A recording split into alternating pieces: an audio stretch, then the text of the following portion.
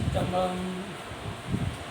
தல நீரை கணி அப்பும் உடவர் போதி கப்பிய கரிமுகன் அடியேனி கற்றிடும் அடியவர் புத்தியில் உறைபவர் கற்பகமன வினை கடிதேன் தம்மதியம் வைத்திடும் அரண் மகன் மப்பொருதிகள் யானை மத்தள வயிறனை உத்தனை புதல்வனை மட்டவில் மலரோடு படிவேனே தமிழடைவினை முற்படுகிறிதன் முற்படையிலேன்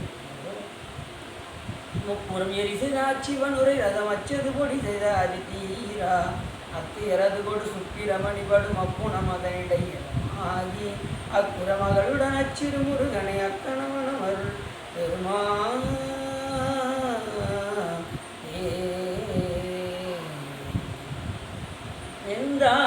எனக்கருள் தந்தையும் சிந்தாகுலமானவை ஈகனையாள் தந்தான் கதிவேலவனே உமையாள் மைந்தா குமரா மறைநாயகனே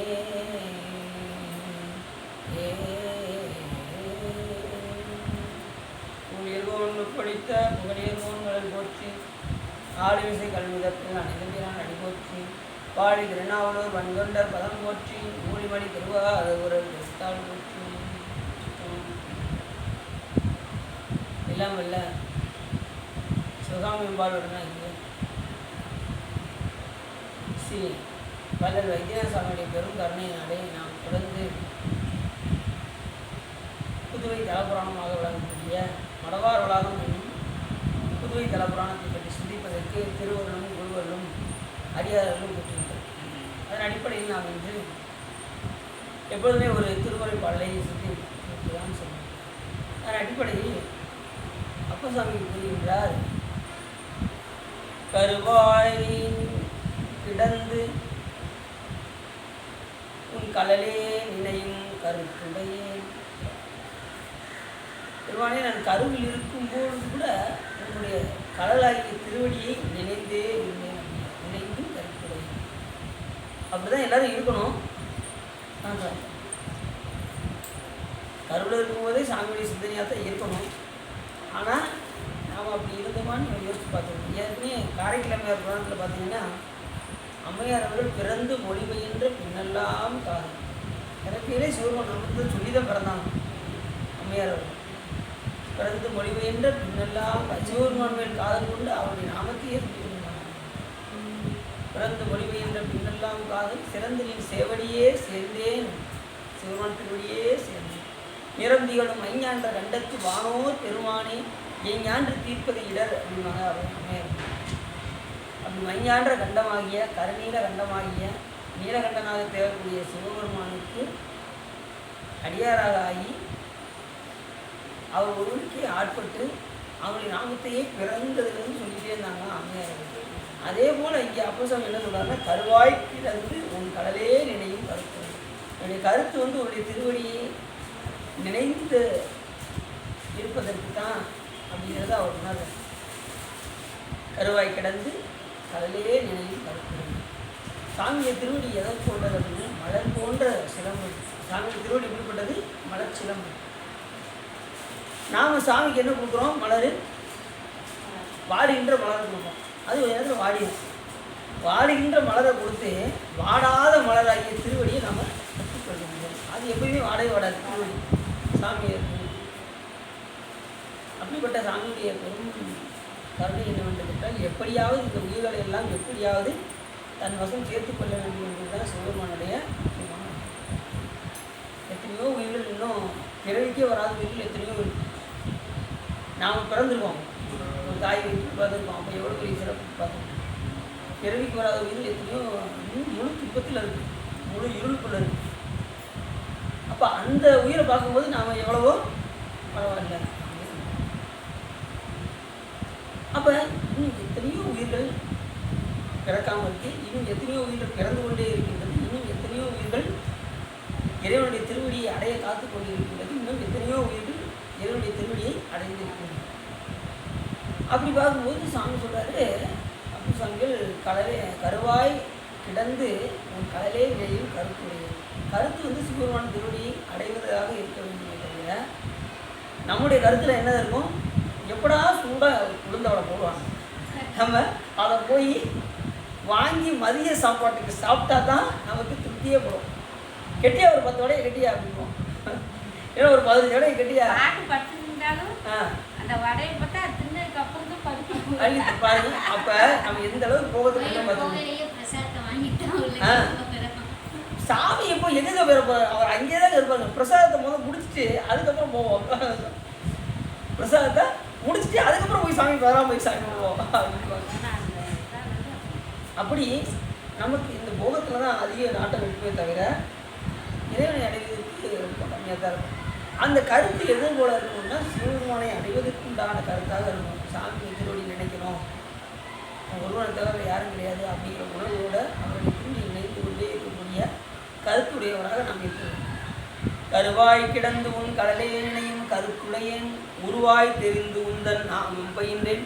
கருவிலிருந்து வெளியில் வந்ததுக்கப்புறம் உருவம் நமக்கு கிடைச்சிச்சு. இந்த உருவம் வந்ததுக்கப்புறம் என்ன செய்யணும் அப்படின்னா அவருடைய நாமத்தை சொல்லி பழக வேண்டும்.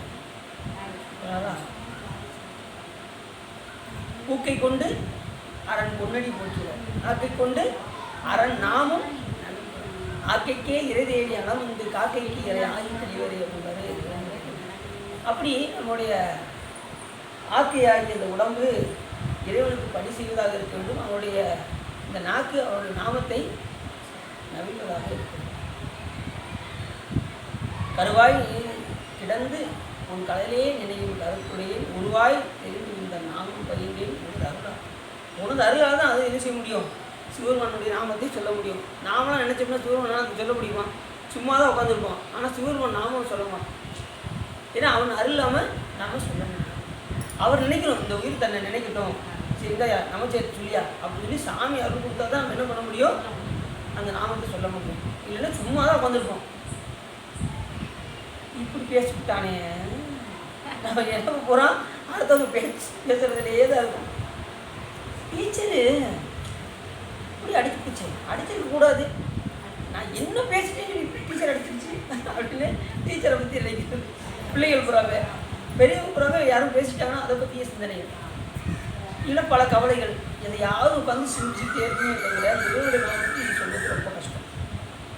கருவாய் கிடந்து உன் கடலே நினையும் கருத்துடையேன் உருவாய் தெரிந்து உந்தன் நாமம் பயின்றேன் உணதருளார்.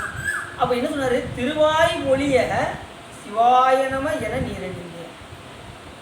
திருவாய் ஒளிவதற்கு நெற்றியில் திருநீர் விளங்குவதற்கு அந்த நெற்றியில் எப்படி பூசணும்னாரு, சிவாய நம என நீரடிந்தேன். பூசும்போது எப்படி பூசணுமா, சிவாய். நெற்றியில் திருநீர் பூசும்போது இது சொல்லக்கூடிய மந்திரத்தை அப்போ சாமி நமக்கு கற்றுக் கொடுக்குறது. திருநீர் பூசும்போது இனிமேல் எப்படி சொல்லுவீங்க, சிவாய். எத்தனை தடவை பூசணும், 3 முறை பூசணும். சில பேர் பார்த்தீங்கன்னா திருநீர் பூசினாங்கன்னா எடுத்து இப்படி சேர்த்துக்கிடுவாங்க, சேர்த்துக்கிட்டு இப்படி இப்படி இப்படி இப்படி இப்படி 3 தடவை தேய்ச்சிட்டு எத்தனை நிறைய திருநீர்லாம் சிந்திடும். அப்படி பூசின இடத்துல மறுபடியும் இப்படி திருநீர் பூசக்கூடாது. திருநீரை இப்படி எடுத்து இந்த முத்திரையில் எடுத்து அப்புறம் 3 விரலை விரித்து தடவி அகல விரித்து அண்ணாந்து பார்த்து சிவாய நமன்னு பூச்சிட்டு அப்புறம் கை எடுத்துடணும். அப்புறம் மறுபடியும் சிவாய நம அப்படின்னு சொல்லிட்டு கை எடுத்துடணும். அப்புறம் சிவாய நம 3 தடவை அப்படின்னு சொல்லி பூசணும். நம்ம திருநீர் பூசக்கூடிய மந்திரம் என்ன மந்திரம், சிவாய நம என நீரடிந்தேன். சி வந்து என்னது, சிவம். வா என்பது அருள் சக்தி, யா என்பது இந்த உயிர்கள், நா என்பது மறைப்பாற்றல் புரோதாசம், மா என்பது ஆணவ குணமாகிய நமக்கு இருக்கக்கூடிய ஆணவம். இந்த நாம நீங்கினா எந்த பிரச்சனையும் முதல்ல நீ நமசிவாயம் சொல்லி சொல்லி பழகினா தான் அது சிவாயனமா என்று சொல்ல வரும். நமச்சிவாயம் முதல்ல வந்து ஆணவம் வலிமையாக இருக்கும். நமசிவம் வந்து சொல்ல சொல்ல என்ன ஆகும், நாம பின்னாடி போயிடும், சிவம் முன்னாடி வந்துடும், சிவாயனமா அப்படின்னு சொல்ல வந்துடும். அதுக்கப்புறம் அதுவும் போய் என்ன ஆயிரும், கடைசி சிவசிவா அப்படின்னு. அந்த யாங்கிற உயிர் அங்கே இருக்காது, பார்த்துக்கிங்களா. சிவசிவ மந்திரத்தில் இருக்கான், எங்கே போச்சு, இறைவன் திருவடி போய் கடந்ததுனால அந்த சிவம் சக்தியோடு செய்யும். உடையால் வந்த நடுவிற்கும் உடையால் நடுவில் நீ இருத்தி அடியை நடுவில் இருவீரும் இருப்பதனால் அடியன் உன் அடியார் நடுவில் இருக்கும் அவர்களை புரியாய் பொன்னம் பழக்கிய முடியா முதலையின் கருத்து முடியும் வண்ணம். அப்படி நம்முடைய எண்ணங்கள் எதை சொல்லி பூசணும்? சிவாய நம என்று நீர் அணிய வேண்டும். நெற்றியில் அணியும் போது சிவாய. அப்படி பூசினா என்ன சொன்னாரு? தருவாய் சிவகதி நீ பாதிரி புலியூர் அரணே. அப்படி பூசினா சாமி சிவகதியை, அந்த சிவகதியும் சாதாரணமாக வராது. ஏற்கனவே ஒரு பாடலில் அப்போ சாமி சொல்லிப்பாரு, மெய்மையாம் உலகை செய்து விருப்பு என்னும் வித்தை வித்தி, மெய்மை உண்மை என்கின்ற விதையை விதைத்து அதில் என்ன செய்யணும்? ஒரு மெய்மையாம் உலகை செய்து விருப்பு என்னும் சாமி மேலே விருப்பத்தோடு செய்யணும். எந்த செயலையும் எப்படி செய்யணும்? பூ கட்டுறோமா எப்படி செய்யணும்? அந்த விருப்பத்தோடு செய்யணும். சாமி போய் பூ கட்டணும் அப்படிங்கிற விருப்பத்தோடு செய்யணும். பூ கட்டணுமாக்கும் ஏக்கா கோச்சிக்கிட்டாங்கக்கா, எனக்கு வீட்டில் ஏகப்பட்ட வேலைகள் இருக்குக்கா அப்படி நான் என்ன சொல்லுவோம்? பூ கட்டுறதுல ஏதாவது நமக்கு வேலைகள் இருக்கும், அது வேறு விஷயம். இருந்தாலும் நமக்கு வந்து என்னென்னா அந்த விருப்பத்தோட அந்த பூ கட்டும்போது விருப்பத்தோட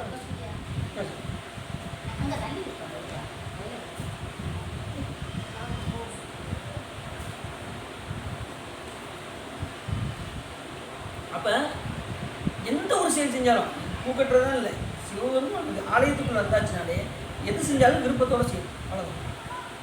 மலர் கொடுக்கும்போது ஆர்வத்தோடு, ஆர்வத்தை உள்ளே வைத்து விரும்பினால் விளக்கு தூபம் விதியினால் இடவல்லா இருக்கு கருமையை கட்டி போடுவார் கடவுள் மிரட்டினார். பெருங்குளர் காலை மூழ்கி பித்தருக்கு பக்தராகி அரும்போடு மலர்கள் கொண்டு அங்கே ஆர்வத்தை உள்ளே வைத்து ஆர்வத்தோடு எந்த செயலும் செய்யணும். அப்போ இந்த விருப்பத்தையும் அவர் மேலே விரும்பி நாம் செய்யணும். சிவபெருமான் தான் எனக்கு முதல் அந்த முருகன் தான் எனக்கு வேணும் அப்படின்னு சொல்லி அவர் மேலேயே பற்றுக்கொண்டு அவர் மேலே விருப்பத்தை செலுத்தி நான் பண்ணி செய்யணும். இப்போ பெற்றவங்களுக்கு பிள்ளை மேலே எவ்வளோ விருப்பம் இருக்கும்? ஸ்கூல் விட்டு வரோம், கண்ணா உனக்கு ஸ்நாக்ஸ் செய்யணுமா, உனக்கு என்ன ஸ்நாக்ஸ் வாங்கணும், உனக்கு சீரில் போடுவாப்பா, வேணுக்கு போகணும், கேக் செய்யணுமாப்பா, வேணும் கேசரி போடணுமாப்பா, எப்படி கேட்கும் பிள்ளைகிட்ட, எவ்வளோ அன்போடு கேட்கும். அதே போல் சிவபெருமான் என்ன செய்யணும்? அந்த ஆர்வத்தோடு நீ கொஞ்சக்காப்பா நான் கொஞ்ச நேரத்தில் பூ கட்டி கொடுத்துறேன்ப்பா அப்படின்னு சாமி என்ன செய்யணும்? அந்த பணிவு அந்த ஆர்வத்தோடு பூ கட்டுறது. இது ஆமாறும் திருவடிக்கு அகங்குடையேன் அன்புருகேன் பூமாலை புனைந்தேத்தேன் முகந்துரையேன் புத்தேனில் கோமானி திருக்கோயில் பூஜையன் மெழுகேன் புத்தாடேன் சாமாரே மெழுகின்றேன் சதுராளா அப்படி சாவான். அப்படி எல்லா பணியும் விருப்பத்தோடையே செய்வோம். திருக்கோயில் உள்ள பணிகளை எல்லாம் சரி அப்படி செய்து இருக்கணும்னு சொல்லி யார் சொல்கிறா? மெய்மையாம் உலகை செய்து விருப்பெண்ணும் வித்தை வித்தி பொய்மையாம் கலையை வாங்கி, அதில் பொய் இருக்கக்கூடாது, பொய்மையாம் கலையை வாங்கி அதை வந்து நீக்கணும். குறை என்னும் நீரை பாய்ச்சி அதில் பொறுமை என்கின்ற நீரை பாய்ச்சி. பொறுமை எது சொன்னாலும் யாரு சொன்னாலும் 2 அடி அடித்தா கூட அடியாது, நல்ல அடியா அப்படியும் திருப்பி அடிச்சிட்டோம்னா என்ன ஆயிரும்? வினையாயிருக்கும் நமக்கு. இதை உங்களுக்கு நம்ம அடியாரில் இருக்கிறதுனால நம்ம என்ன செய்யணும்? எதுனாலும் நம்ம தாழ்ந்து போகிறதுனால தப்பே கிடையாது. இது அவங்களுக்கு நாய் இருக்குது பார்த்தீங்களா, நாய் வாழ நிமித்திருவீங்களா? அது பழம் சுருண்டு, அது சுருண்டுதான் தான் அதுக்கு அழகு. அது நிமிந்துருந்தா அது அழகா? சரி முடி இருக்குது, முடி நட்ட நட்டமாக நின்றுக்கு, நான் இப்படி தான் இருப்பேன் அப்படின்னு முடி நின்றுச்சு வச்சுக்கோ, அதுக்கு அழகு இருக்கா? அதை வளைஞ்சு கொடுத்தா தான் முடிக்கு அழகு. யாருமே பார்த்தீங்கன்னா வளைஞ்சு கொடுத்தா தான் பெண்கள் வந்து ஆம்பளை மாதிரி இப்படி நிமிந்துட்டு போனான்னு வச்சுக்கோங்க, யாராவது மதிப்பாங்க? பெண்கள்னால் பணிவோடு அப்படி குனிஞ்சு நடந்தால் தான் அவங்களுக்கு எப்பயுமே பணிவுக்கு வந்து எப்பயுமே சிறப்பு உண்டு. நாயை வாழை நீட்ட முடியாது, முடிய நடனமாக வச்சுருந்தாலும் அதுக்கு அழகு கிடையாது. இப்படி எந்த ஒரு இதுக்குமே பணிவுக்கு வந்து ரொம்ப அது மாதிரி ஆண்கள் வந்து வந்தீங்கன்னா பணிவோடு இருக்கும். நான் இப்படி தான் இருப்பேன்னு நெஞ்சு நிமிந்துட்டு வந்தேன்னு வச்சுக்கோங்க, ஒருத்தரும் மதிக்க மாட்டாங்க. அப்படி நாம் எல்லா விஷயத்துலையுமே நம்ம பணிவோடு இருக்க வேண்டும். அதுதான் சொல்வது பொய்மையாம் கலையை வாங்கி பொறை என்னும் நீரை பாய்ச்சி. எதிலுமே பொறுமைகள் நமக்கு தம்மையும் நோக்கி கண்டு தகவு என்னும் வேலையிட்டு செம்மையில் நிற்பாராகி சிவகதி விளையும் என்று. இந்த விஷயம்லாம் நம்ம செஞ்சால் ஆர்வத்தோடு இறைவன் மேல் பணி செஞ்சால் அதுக்கப்புறம் தான் சாமி என்ன பண்ணுவார்? சிவாயனமையான நீரணியை வைப்பார். நீரணியை வச்சு அதுக்கப்புறம் தான் நம்ம என்ன செய்வார்? சிவகதியை நமக்கு அடைப்பார். சிவகதி கடையேசி சாமியுடைய கடையேசி யார் சரணாகதி நம்ம போவோம்? சாமி நீதான்பா கதி, உன்னை விட்டால் எனக்கு வேறு கதி கிடையாது சொல்லும்போது சொல்ல மாட்டோமா? அந்த கதி கடைசி சிவாயனமையான நீரணிந்தே தருவாய் நீ சிவகதி பாதிரிக்கூடிய ஒரு அரணை என்று கூறுகின்றார். அப்படி இந்த பாடல் அமைத்திருக்கின்றார் நமது சாமி. சரி, இப்போ நம்ம புராணத்துக்கு போயிருவோமா? ஃபோன் வந்துட்டு இருக்கோம். இல்லை சார். ஒரு சார் மேடம். இப்போ நம்ம புராணத்துக்குள்ள சொல்லுவோம். திருச்சிட்டம்பலம். பாசதரன் முக்தி பெற்ற அத்தியாயம். இன்னைக்கு எத்தனாவது விளையாடல்? 8வது விளையாடல். படிப்படியாக சிவபெருமான் ஒவ்வொரு விளையாடலாக சிந்தித்து அதன் அடிப்படையில் இந்த புதுவை கலா புராணம், இந்த புராணத்தை பற்றி கேட்பவர்கள் என்ன நிலைக்கு வருவார்கள் என்று சொன்னால், தென் புதுவை வாசர் புதுவை ஈசராக விளங்கக்கூடிய வைத்தீஸ்வரர் நேச திருவிளையாட்டு சரிதம் இந்த கதையை யார் சிந்தை கூர்ந்து கேட்கின்றார்களோ, நல்ல கவனிக்கிறாங்க, இந்த கதையை யார் சிந்தை கூர்ந்து கேட்கின்றார்களோ அவர்கள் அன்புடன் அருத்தியுடன் படிப்போர், கூர்ந்து கேட்போரும் சரி, அதை படிப்போரும் சரி, படிப்போர் கேட்போர் அருள் பெருகி, சிவபெருமானுடைய அருள் பெருகி, வறுமை பிணி நீங்கி, வறுமை ஒழிந்து பிணியாகிய நோய் நொடிகள் எதுவும் இல்லாமல் இருந்து அகன்று பாரில் பொன்புகழ் நல் மனைவி மைந்தர் பெற்று பேர், அந்த 16 வகையான பேர்கள் இதெல்லாம் கிடைக்குமா? எந்த சரிதம்? இந்த புதுவை தல புராணத்தை யார் அன்போடு அருத்தியுடன் படிப்பவரும் கேட்பவரும் என்ன நிலையாவார்கள்? அருள் பெருகி, சிவபெருமானுடைய அருள் பெருகி, வறுமை நீங்கி, பிணி அகன்று, பிணியாகிய நோய்கள் அகன்று, எத்தனையோ கோடி நோய்கள் இருக்குது. எத்தனை கோடி நோய் இருக்குது? 16,000 நோய் சொல்கிறாங்க. அத்தனை நோய் இந்த சிந்தைக்கு இதை கேட்டோம்னா நமக்கு அந்த மாதிரி பிணிகள்லாம் நமக்கு சேரும். பாரில் பொங்குகள் இந்த உலகத்தில் வசிக்கும் போதே நமக்கு எல்லா விதமான புகழும் நமக்கு கிடைக்கும். நல்ல மனைவி அமையும். இந்த புராணத்தை கேட்டால், சிவா நீங்கள் சொல்கிறது எனக்கு புரியுது, வேறு ஏதாவது இருந்தால் சொல்லுங்கள், நான் எங்களுக்கு கல்யாணம்லாம் ஆகிடுச்சு, எல்லாமே பிடிச்சிருச்சு, வேறு ஏதாவது இருந்தால் சொல்லுங்கள், உங்களுக்கு 16 வகையான பேர்களும் உங்களுக்கு கிடைக்கும். நோய் நொடிகள் வராது. வயசாகிடுச்சா நோய் நொடிகள் வராது. நிம்மதியாக உயிர் கடைசி காலத்தில் சாமி திருவடி அவ்வளோதான். அது கடைசி காலத்தில் நம்ம அதான் விரும்புவோம். 2வது உயிர் பிரியும் போது எந்த வேதனையும் இல்லாமல் பிரியணும், அதுதான் ரொம்ப முக்கியம். உயிர் போகும்போது எப்படி போகணும்? வேதனை இல்லாமல் போகணும், அதுதான் ரொம்ப முக்கியம். சுகமாக இருக்கும், கவலைப்படாது. இந்த சரீரத்தை கேட்கிறவங்களுக்கு அவங்க சிறப்பு. பெரும் பேர் அது மைந்தர், அதாவது பிள்ளைகள், நல்ல மனைவி, அது மாதிரி 16 வகையான பேர்கள் பெற்று ஒரு வரிய செல்வம் அழுகு, செல்வம் கொலிக்குமா. இந்த இதை கேட்குறவங்க, அன்போடு கேட்குறவர்களுக்கு கண்டிப்பாக செல்வம் பெறும்.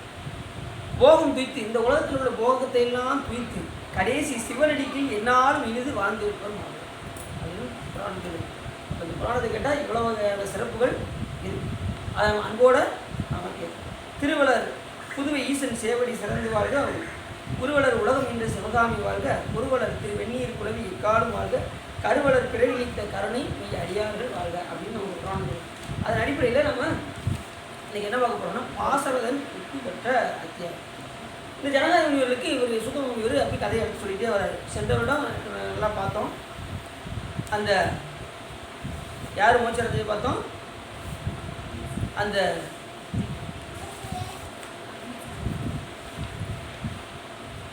பாசதன் முன்னாடி ஒரு அக்னிஷன் அத்தியாயத்தை பற்றி பார்த்தோம். சென்ற முறையில் பார்த்தீங்கன்னா இறந்தவர்களையும் உயிர்ப்பிச்சு கொண்டு வரக்கூடிய ஒரு ஆற்றல் நமக்கு வைத்தியநாத சொல்லி அந்த திருநீரை கொண்டு போய் பூசினாங்க. இறந்தவை எப்படின்னு இருந்தால் உறங்கி இழந்தவர் போயிட்டு நம்மளுடைய அந்த சிவகங்கை தீர்த்தத்தை தெளித்து சிவபெருமான் கொடுத்து திருநீரை பூசியதும் இறந்தவனும் உயிர்ப்பிச்சு எழுந்தான். அப்படிப்பட்ட சிறப்புடையது நமது வைத்தியநாதன். இன்றைக்கி பாசரதன் முக்தி பெற்ற அத்தியாயம். அவன் எப்படி அப்படின்னா, கோதாவரி நதிக்கரையில் வடக்கரையில் உள்ள தர்மசாலை என்னும் நகரத்திலே இருக்கும். கோதாவரி நதி எங்கே இருக்குது? ஏற்கனவே நர்மதா ஆற்றங்கரையில் இன்னொருத்தர் தான் யார்? அக்னிசர்மன். இவர் கோதாவரி நதி எங்கே இருக்குது? அங்கேருந்து அங்கே வடகரையில் உள்ள குபேர சம்பத்தை பெற்று யகாதி கர்மங்கள் செய்து அங்கே பார்த்திங்கன்னா தர்மசாலை என்னும் நகரத்தில், அந்த வடகரையில் கோதாவரி நதிக்கரையில் வடகரையில் உள்ள தர்மசாலை என்னும் நகரத்தில் இருக்கும் பிராமணர்கள். அவன் என்ன குலம்? பிராமணர் குலம். குபேர சம்பத்தை பெற்று நல்ல வசதி வாய்ப்போடு இருக்கும். அது எப்படிப்பட்டவங்கன்னா, காலையில் வச்சு நித்திய கர்மங்கள் எல்லாத்தையும் முடிப்பாங்க.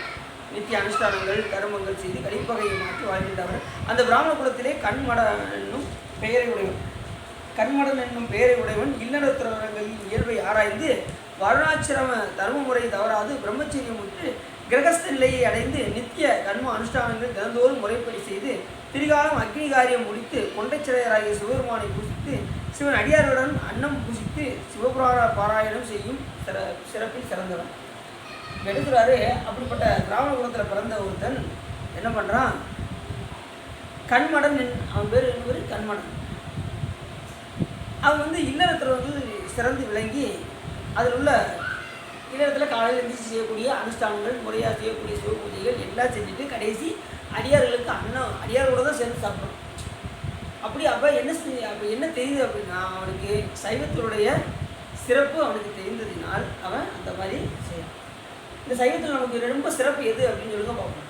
சைவத்திலே ரொம்ப சிறப்புடையது எது அப்படின்னா, அடியார்களுக்கு நம்ம மண்ணில் பிறந்தால் பெரும் பயன். இந்த மண்ணில் பிறந்தாச்சு, இதில் பெரும் பயன் என்ன அப்படின்னா, அடியார்களுக்கு அமுது செய்யும். கண்ணினால் அவர் நன்விழா பொழிவு கண்டாதல் உண்மையாவின் உலகம் முன் வருகவென உரைப்பார் என்பது சேக்கிழார் சமீபத்திய பாடல். மண்ணில் பிறந்தால் பெரும் பயன் மதிசூடும் அண்ணலார்.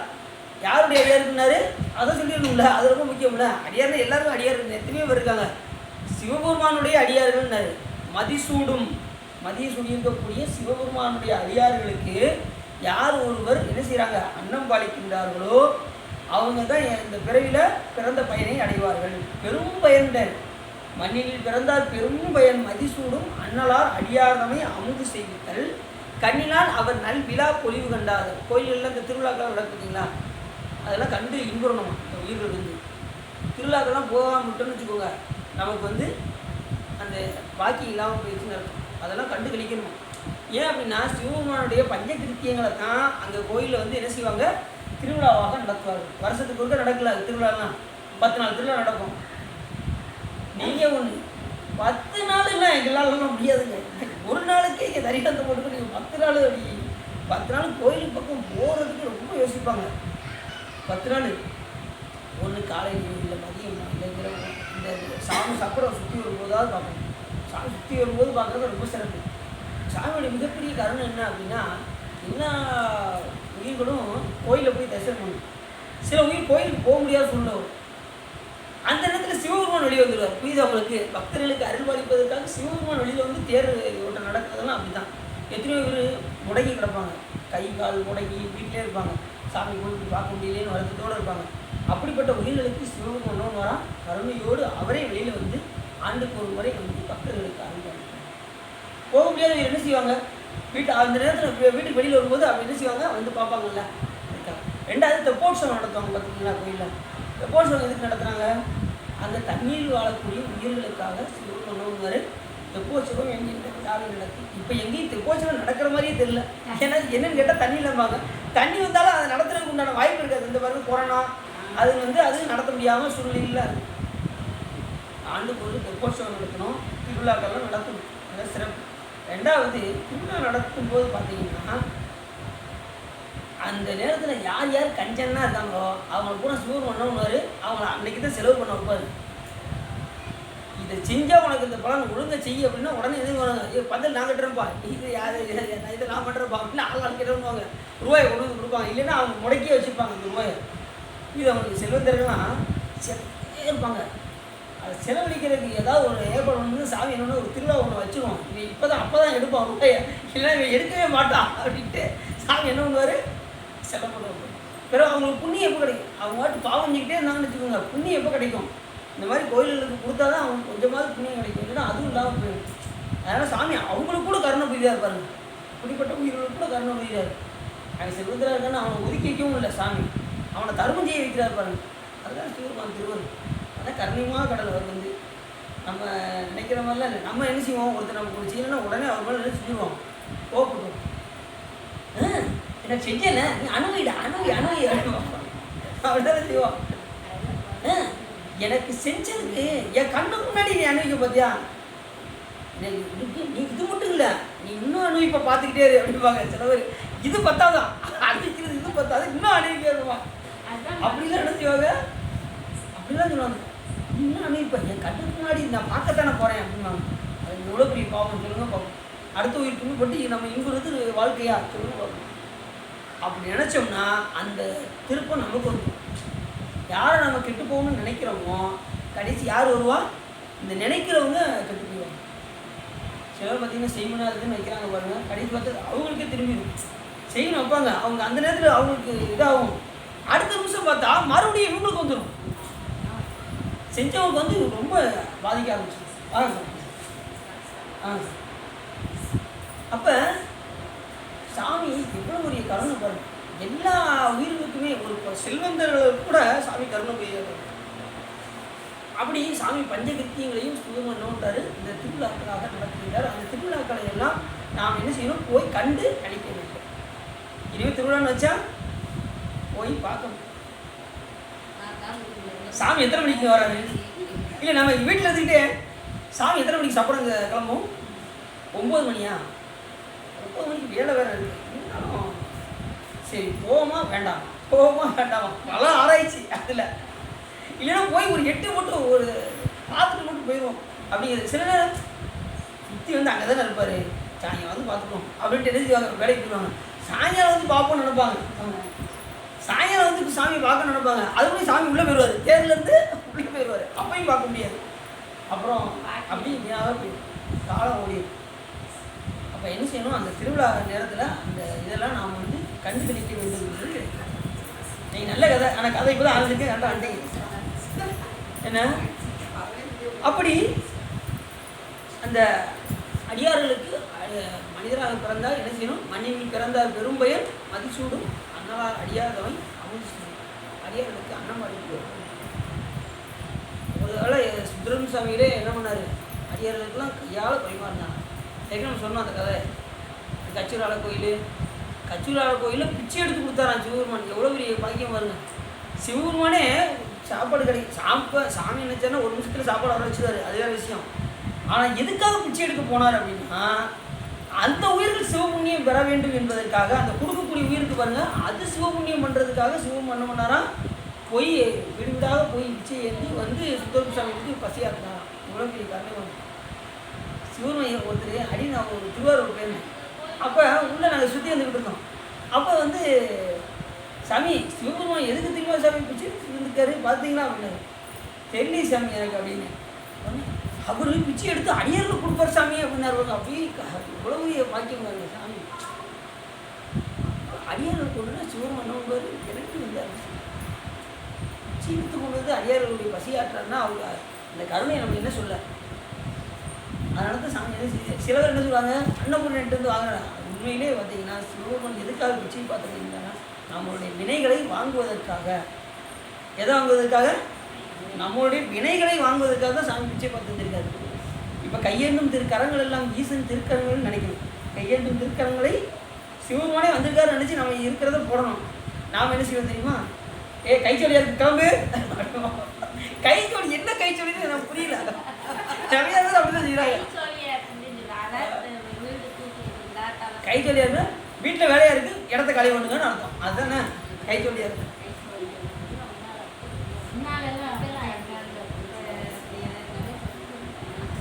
கைச்சொலியா இருக்கு. ஒன்று இருந்தால் கொடுக்கணும், இல்லைன்னா அப்படி போயிட்டாங்கன்னா அதுலேயும் ஒரு புண்ணியம் வச்சுருக்காரு சாமி.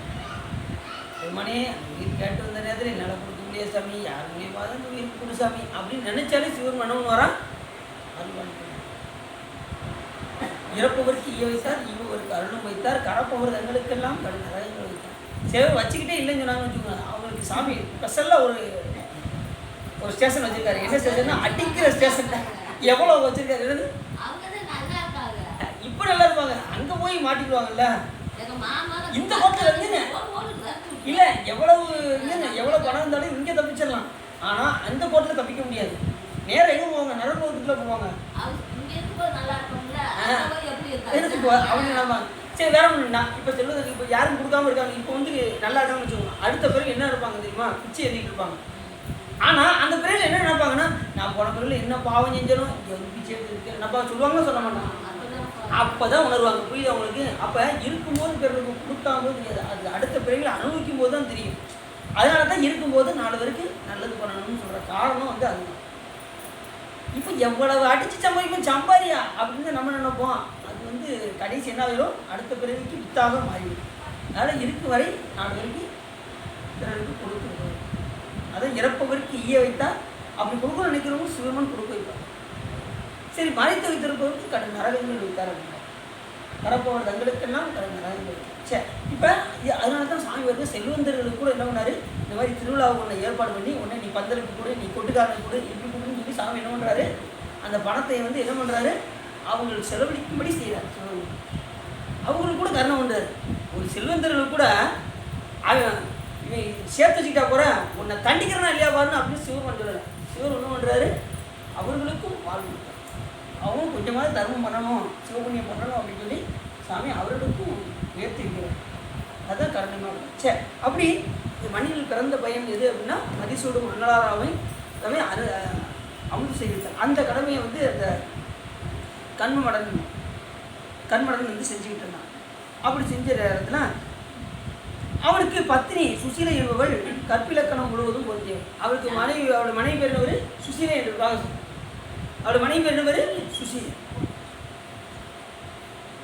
அவள் கற்பிலக்கணத்தோடு இருந்தால் இவ்விருவரும் இன்பமுற்று காமத்தை நெடுநாள் அனுபவித்து பாசதரன் என்னும் ஒரு பிள்ளையை பெற்றார். என்ன பிள்ளை? பாசதரன் என்னும் பிள்ளையை. அப்பிள்ளைக்கு ஆண்டுதோறும் செய்யும் கர்மங்கள் எல்லாம் செய்து 5 வயதிலே உபவீதம் தரித்து வேத முறைப்படி இந்த உபநயம்லாம் பண்ணி கொண்டிருக்காங்க. பண்ணி வேதாகம் புராணம் முதலிய நூல்கள் முறையை கற்பித்து மகிழ்ச்சிட்டிருந்தனர். பாசதரனுக்கு குருமுகமாக எல்லா நூல்களும் கற்று சூரியனைப் போல பிரகாசமும் குணமும் வாய்ந்து காலந்தோறும் கற்ற முறைப்படி சந்தியாவந்தனைகள் புரிய நியமம் தவறாது நல்லொழுக்கத்திலே நடந்து 16 வயசு பெற்றிருக்கும் காலத்தில், இதுதான் ரொம்ப முக்கியமானது. இந்த 16 வயசு வந்துருச்சுன்னா எல்லாருக்கும் சிரமம். என்ன சிரமங்களா? காமத்தில் மாட்டிக்கிடுவாங்க. உடனே இளவட்டாங்கன்னா என்ன பண்ணுவாங்க, பெண்களை பார்க்கின்ற நோக்கில் இருக்கும். அதே போல் இவருக்கு வந்துருச்சு. இந்த 16 வயசில் என்ன வந்துச்சு, நல்ல ஒழுக்கத்தோடு தான் இருக்கான் பையன். ஆனாலும் 16 வயது பெற்றும் காலத்தில் காமாக்கினியானது வந்து தன்னை பற்றுதலும் தூற்றுதலோடு கூடி விலைமின்னார் சேரியிலே சென்று பழகி அவரோடு அனுபவித்து சிற்றுன்ப கடலில் அடைஞ்சினான். எதில் போய் இதாயிட்டான்? சேராதவருடைய சேர்க்கை. எப்படி வந்தீங்களா? வந்தீங்களா? சரி. இப்போ ஒருத்தவங்க சேர்ற சேர்க்கை கொடுத்தீங்கன்னா அதுதான் ரொம்ப முக்கியம். சரின்ற சேர்க்கை எங்கே போய் சேரணும்? நம்ம அடியார்களோடு போய் சேரணும். நம்ம ஏற்கனவே போனோட்ட பார்த்தோம். சேர்க்கிற சேர்க்கை எங்கே இருக்கணும்? அடியார்களோடு.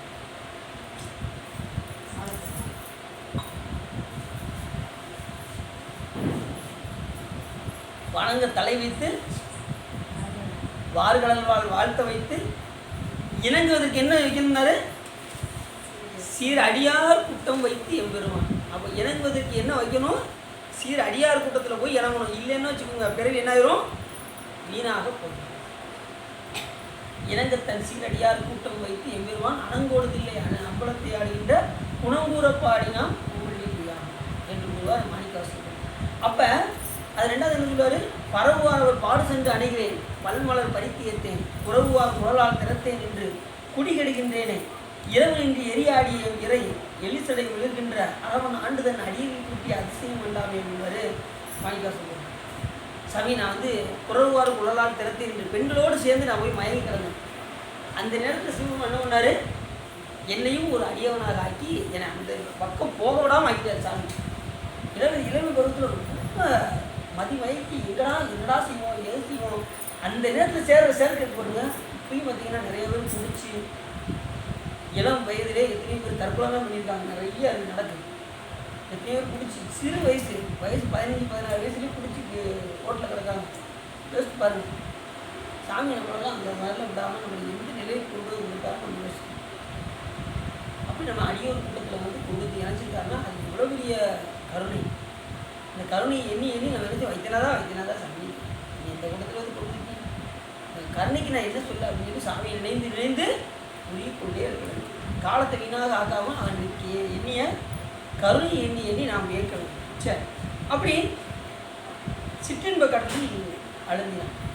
எந்த நேரம் பெற்றோர்களே மயங்கி கிடந்து சேராதவருடைய சேர்க்கை கொண்டு சிற்ப கடையில் எந்த நேரமும் விலை மாதர்களோடு சேர்ந்து விலை மாதம்னா புரிஞ்சிச்சான் அதோடு சேர்ந்து ஒன்றி இணங்கிறது.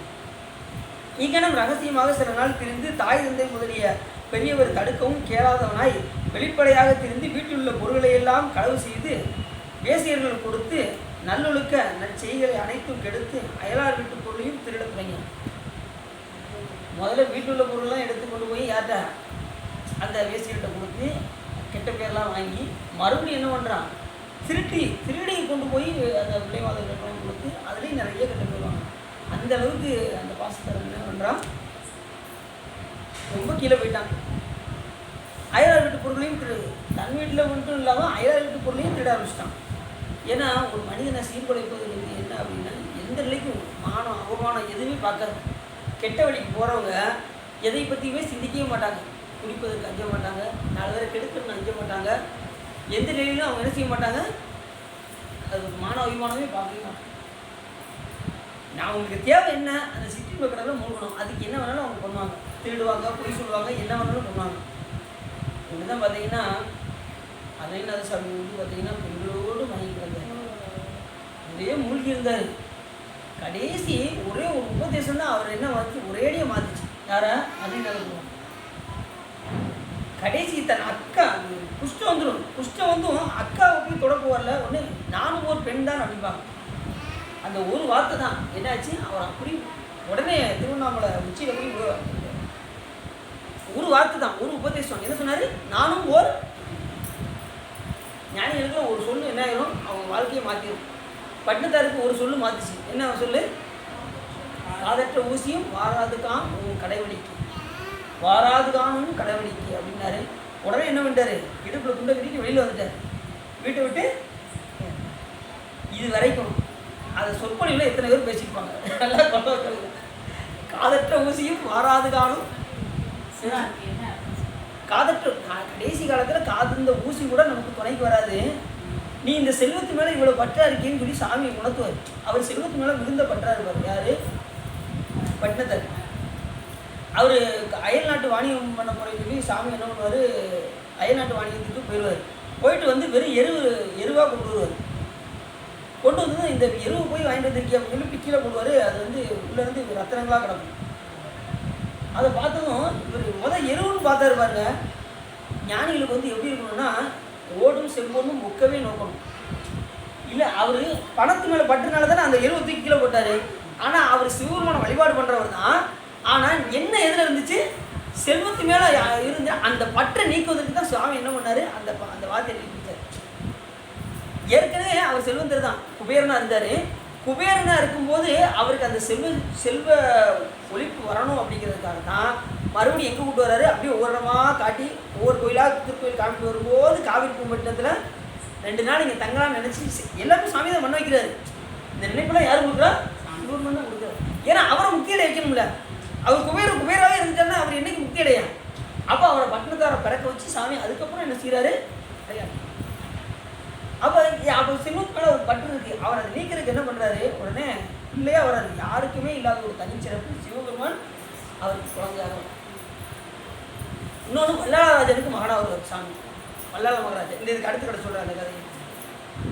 அப்போ சாமி அவருக்கு 16 ஆண்டு காலம் அவருக்கு கூட இருக்கார். கூட இருந்து என்ன செய்வார், அந்த கருவு வரும்போது உடனே என்ன பண்ணுறாரு, காதந்த ஊசி கடைசி காலத்தில் இந்த எருவருடைய தூக்கி கீழே போடுவார்ல, ரத்தனக்கருக்காக இருக்கும். உடனே சாமி முதலாக வீட்டுக்கு போயிடுவார்.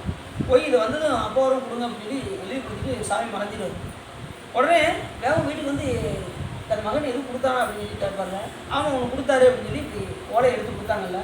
உள்ளே பார்த்தா காதற்ற ஊசியும் வாராதும் காலும் உன் கடைபிடிக்கு. காதற்ற ஊசியும் வாராது, எங்கே வராது, கடைசி காலத்தில் ஊசி கூட வராது. நீ இப்படி செய்வது யூஸ் ஆகாது. 2வது அது கூட கடைசி காலத்துக்கு துணைக்கு வராது. அதுக்குள்ளே ஊசியும் வராது, காதற்ற ஊசியும் வராது. அதனால தான் என்ன பண்ணார், அது உணர்த்துறதுக்காக சாமி பண்ணார். காதற்ற ஊசியும் வாராது காணும் கடைபிடிக்குன்னா சுடுகாட்டுக்கு அது துணைக்காது. அந்த ஒரு வாசகத்தை படித்ததுமே அவர் என்ன ஆயிடுச்சு, எல்லாத்தையும் திறந்தார். காதற்ற ஊசியும் வாராது. இப்போ அது என்ன ஆயிடுச்சு, ஒரே ஒரு வார்த்தை தான், நானும் ஒரு பெண் தான். நாங்கள் உடனே திருவண்ணாமலை உச்சியில் போய் அப்படி உள்ள போயிட்டாரு. உடனே முருகப்பெருமான் போய் தாங்கி பிடிச்சிட்டாரு. எப்போ விழுந்துடாதப்பா அப்படின்ட்டு சாமி. சாமி நான் பெரிய கொடிய பாவி சாமி, என்னைய போய் நீங்கள் தடுத்தீங்களே அப்படின்னாரு. யார்? அருணினது. ஏன் சொல்லுங்க போ, ஏன் முருகப்பெருமான் வந்து அவரை தடுத்தார்? சொல்லிட்டாங்க அவரு அவ்வளவு கெட்ட பழக்கம் இருந்தாலும் வழிபாட்டில் கரெக்டாக இருந்தான் அருணினது. காலைல செய்யக்கூடிய கடமையில் கரெக்டாக இருந்தாராம் அருணினது. நீ செய்யப்பா, நீ காலையில் செய்ய வேண்டிய கடமை கரெக்டாக இருந்ததுனால ஒன்றை தாங்க வேண்டிய சூழ்நிலை. சரி உட்காந்து, ஒன்றை தாங்க வேண்டிய சூழ்நிலை எனக்கு உருவாச்சு அப்படின்னாரு முருகப்பெருமான். அப்போ நம்ம என்ன செய்யணும்? காலையில் செய்யக்கூடிய கடமையில் உறுதியாக இருக்கணும். பெரும்புலர் காலை மூழ்கி தான் சொன்னாங்க. நான் சாயங்காலம் அனுஷ்டானம் பண்ணிக்கிறேங்க, சாயங்காலம் குளிச்சுட்டு காலையில் எழுந்திரிச்சு நான் வேலைக்கு போகணும், எனக்கு நிறைய வேலை இருக்குது, குளிக்கிறதுக்கு எனக்கு டைம்லாம் இல்லை அப்படின்னு சொல்லிட்டு வேலை செய்வோம். சாயங்காலம் குளிக்கிற ஆளுங்களாம் உண்டு. முதல்ல அதுக்கு தான் என்ன செய்யணும்? நம்ம எவ்வளோ வேலை இருந்தாலும், எனக்கு 6 மணிக்கு வேலைனாலும் சரி, நம்ம 4 மணிக்கு எழுந்திரிச்சு முடிச்சுட்டு போயிடணும். காலையில் எழுந்திரிச்சு குளிக்கிறது தான் ரொம்ப முக்கியம். பெரும்புலர் காலை மூழ்கி பித்தராகிய சிவபெருமானுக்கு நாம் பக்தராகி அரும்போடு மலர்கள் கொண்டு அங்கே ஆர்வத்தை உள்ளே வைத்து பெருமினால் விளக்கு தூங்கும் விதியினால் இடவல்லாருக்கு கர்மியில் கட்டி போடுவார் கடவுள் விட்டார். அப்போ தான் நம்ம நெஞ்சில் அப்படியே இனிப்பாக திருப்திப்பாக இருப்பார். அந்த வழிபாட்டை விட்டுட்டோன்னு வச்சுக்கோங்களேன், அதுக்கப்புறம் வாய்ப்பு கம்மி. சாயங்காலம் குளிச்சுட்டு சாயங்காலம் குழந்தைங்கள்லாம் பறிச்சுட்டு நான் செய்கிறேன் அப்படின்னாலும் 2 வேலை செய்யலாம். காலையில் செஞ்சுட்டு சாயங்காலம் செய்யலாம். ஆனால் ஒரேடி நம்ம சாயங்காலம் தான் செய்யணும்னு செய்யக்கூடாது. புரியுது அவங்களுக்கு? காலை வழிபாடு தான் ரொம்ப முக்கியம். அன்றியும் நண்பகலும் 5 பதம் சொல்லி முந்தியலும் படைய பல்வினை மூடாமும் சிந்தை பராமரியா தெங்கிரு ஆரூருக்கு எந்தை பிரானாரை என்று கொள்ளே இதுவரே. அந்தியும் நண்பகலும் காலையிலும் சரி, நண்பகலாகிய சாயங்காலம் 4 to 6, காலையில் 4 to 6. அது மாதிரி அபசங்கிறாரு துஞ்சியருள் காலை மாலை தொடர்ச்சியை மறந்துகிறார். 5 எழுத்து ஓதினின் அரண்களுக்கு அன்பு. காலையில் 4 to 6 இறை வழிபாடு, சாயங்காலம் அந்தி பறையிற நேரத்தில் 4 to 6. இந்த நேரத்தில் 5 எழுத்து சொன்னால் ரொம்ப சிவபெருமான் மேலே காதல் ரொம்ப வருமா. இப்போ நம்ம எதுக்கு வழிபாடு பண்ணுறோம்? சிவபெருமான் மேலே அன்பு வருவதுக்கு தான் வழிபாடு பண்ணுறோம். அது இந்த காலத்தையும் சொல்லி கொடுத்துறாரு அப்போ சாமி. காலையில் 4 to 6, சாயங்காலம் 4 to 6 இறைவனுடைய நாமத்தை சொன்னோம் என்று சொன்னால் சிவபெருமான் மேலே நமக்கு என்ன வரும்? அன்பு வரும். அன்பு அது ஆகும் அப்படின்னு அப்போ சொல்லி. சரி, அப்படி இந்த காமத்தில் பிறந்தவர்கள்னா பார்த்தீங்கன்னா சாமி என்ன பண்ணுறாரு? ஏதாவது ஒரு மூலியமாக அவர்களை ஆட்படுத்தணும். அவங்கள விட்டுல ரொம்ப காமத்திலே இருக்காங்கன்னு வச்சுக்கோங்க. காமத்தில் கரை கண்டவர்கள் தான் துறவியாகவே ஆக முடியும். அதுவும் அவங்க தெரிஞ்சுக்கோங்க. காமத்தில் கரை கண்டவர்கள் தான் என்னுடைய துறவத்தில் வந்து நிற்க முடியும், இன்னும் நிற்கவே முடியாது. அது அறகுறையாக இருந்துச்சுன்னு வச்சுக்கோங்களேன், இங்கே வந்து என்ன வந்துருமா? அந்த பற்றுதல் வந்துருமா. சாமியார் ஆனதுக்கப்புறம் அந்த பற்றுதல் வந்துச்சுன்னு வச்சுக்கோங்க, பிரயோஜனம்னா போய் முற்றும் திறந்த முனிவர்கள் வாங்க பற்றி கேள்விப்பட்டிருக்கீங்களா? முற்றும் திறந்த முனிவர்கள் எந்த சுத்தமாக அந்த பற்று எந்த பெண்களை பார்த்தாலும் தாய் தந்தையராக பார்க்கணும், தாயாகவும் பிள்ளைகளாகவும் பார்க்கணும். அப்படி நல்ல வர்றவங்க முற்றும் திறந்தவர்கள். அவர்கள் தான் இந்த ஒருமுக ருத்ராட்சம் போடுறதுக்கு தகுதியுடையவர்கள். நம்மளாம் போட முடியாது. இல்லவாசிக்கெல்லாம் ஒரு முகம் போட முடியாது, 1 முகம் 2 முகம் கௌரி சக்கரை இதெல்லாம் போடக்கூடாது. நமக்குன்னு சாமி விதிச்சு வச்சுருக்காரு 5 முகமும் 6 முகம். 2 ருத்ராட்சம் தான் நம்ம அணிய முடியும். 5 முகம் பஞ்சாட்சரம், 6 முகம் சடாச்சரம். முருகப்பெருமானுடைய இந்த 2ஐயும் நம்ம அணியலாம் அப்படின்னு நமக்கு நூலில் சொல்லப்படுது. சரி, அப்படி அவங்க வந்து காமத்தில் ரொம்ப பண்ணிட்டான். அந்த 16 வயசுங்கிறது ரொம்ப இக்கட்டான வயசு. அந்த நேரத்தில் நம்ம என்ன செய்யணும்? நல்லவர்களோடு போய் பழக வேண்டும். மாறி போயிட்டோம்னா நம்மளுடைய இது என்ன ஆயிரும்? தவறான வழிக்கு போயிடும். எத்தனையோ பேர் பார்த்தீங்கன்னா தவறான வழியில் போய் சேராதவரோடு சேர்ந்து குடிப்பழக்கம் இல்லா பழக்கத்துக்கு ஆளாகி கடைசி எங்கே போயிடுறாங்க? கீழ்நிலைக்கு போய் கடைசி இறந்தும்.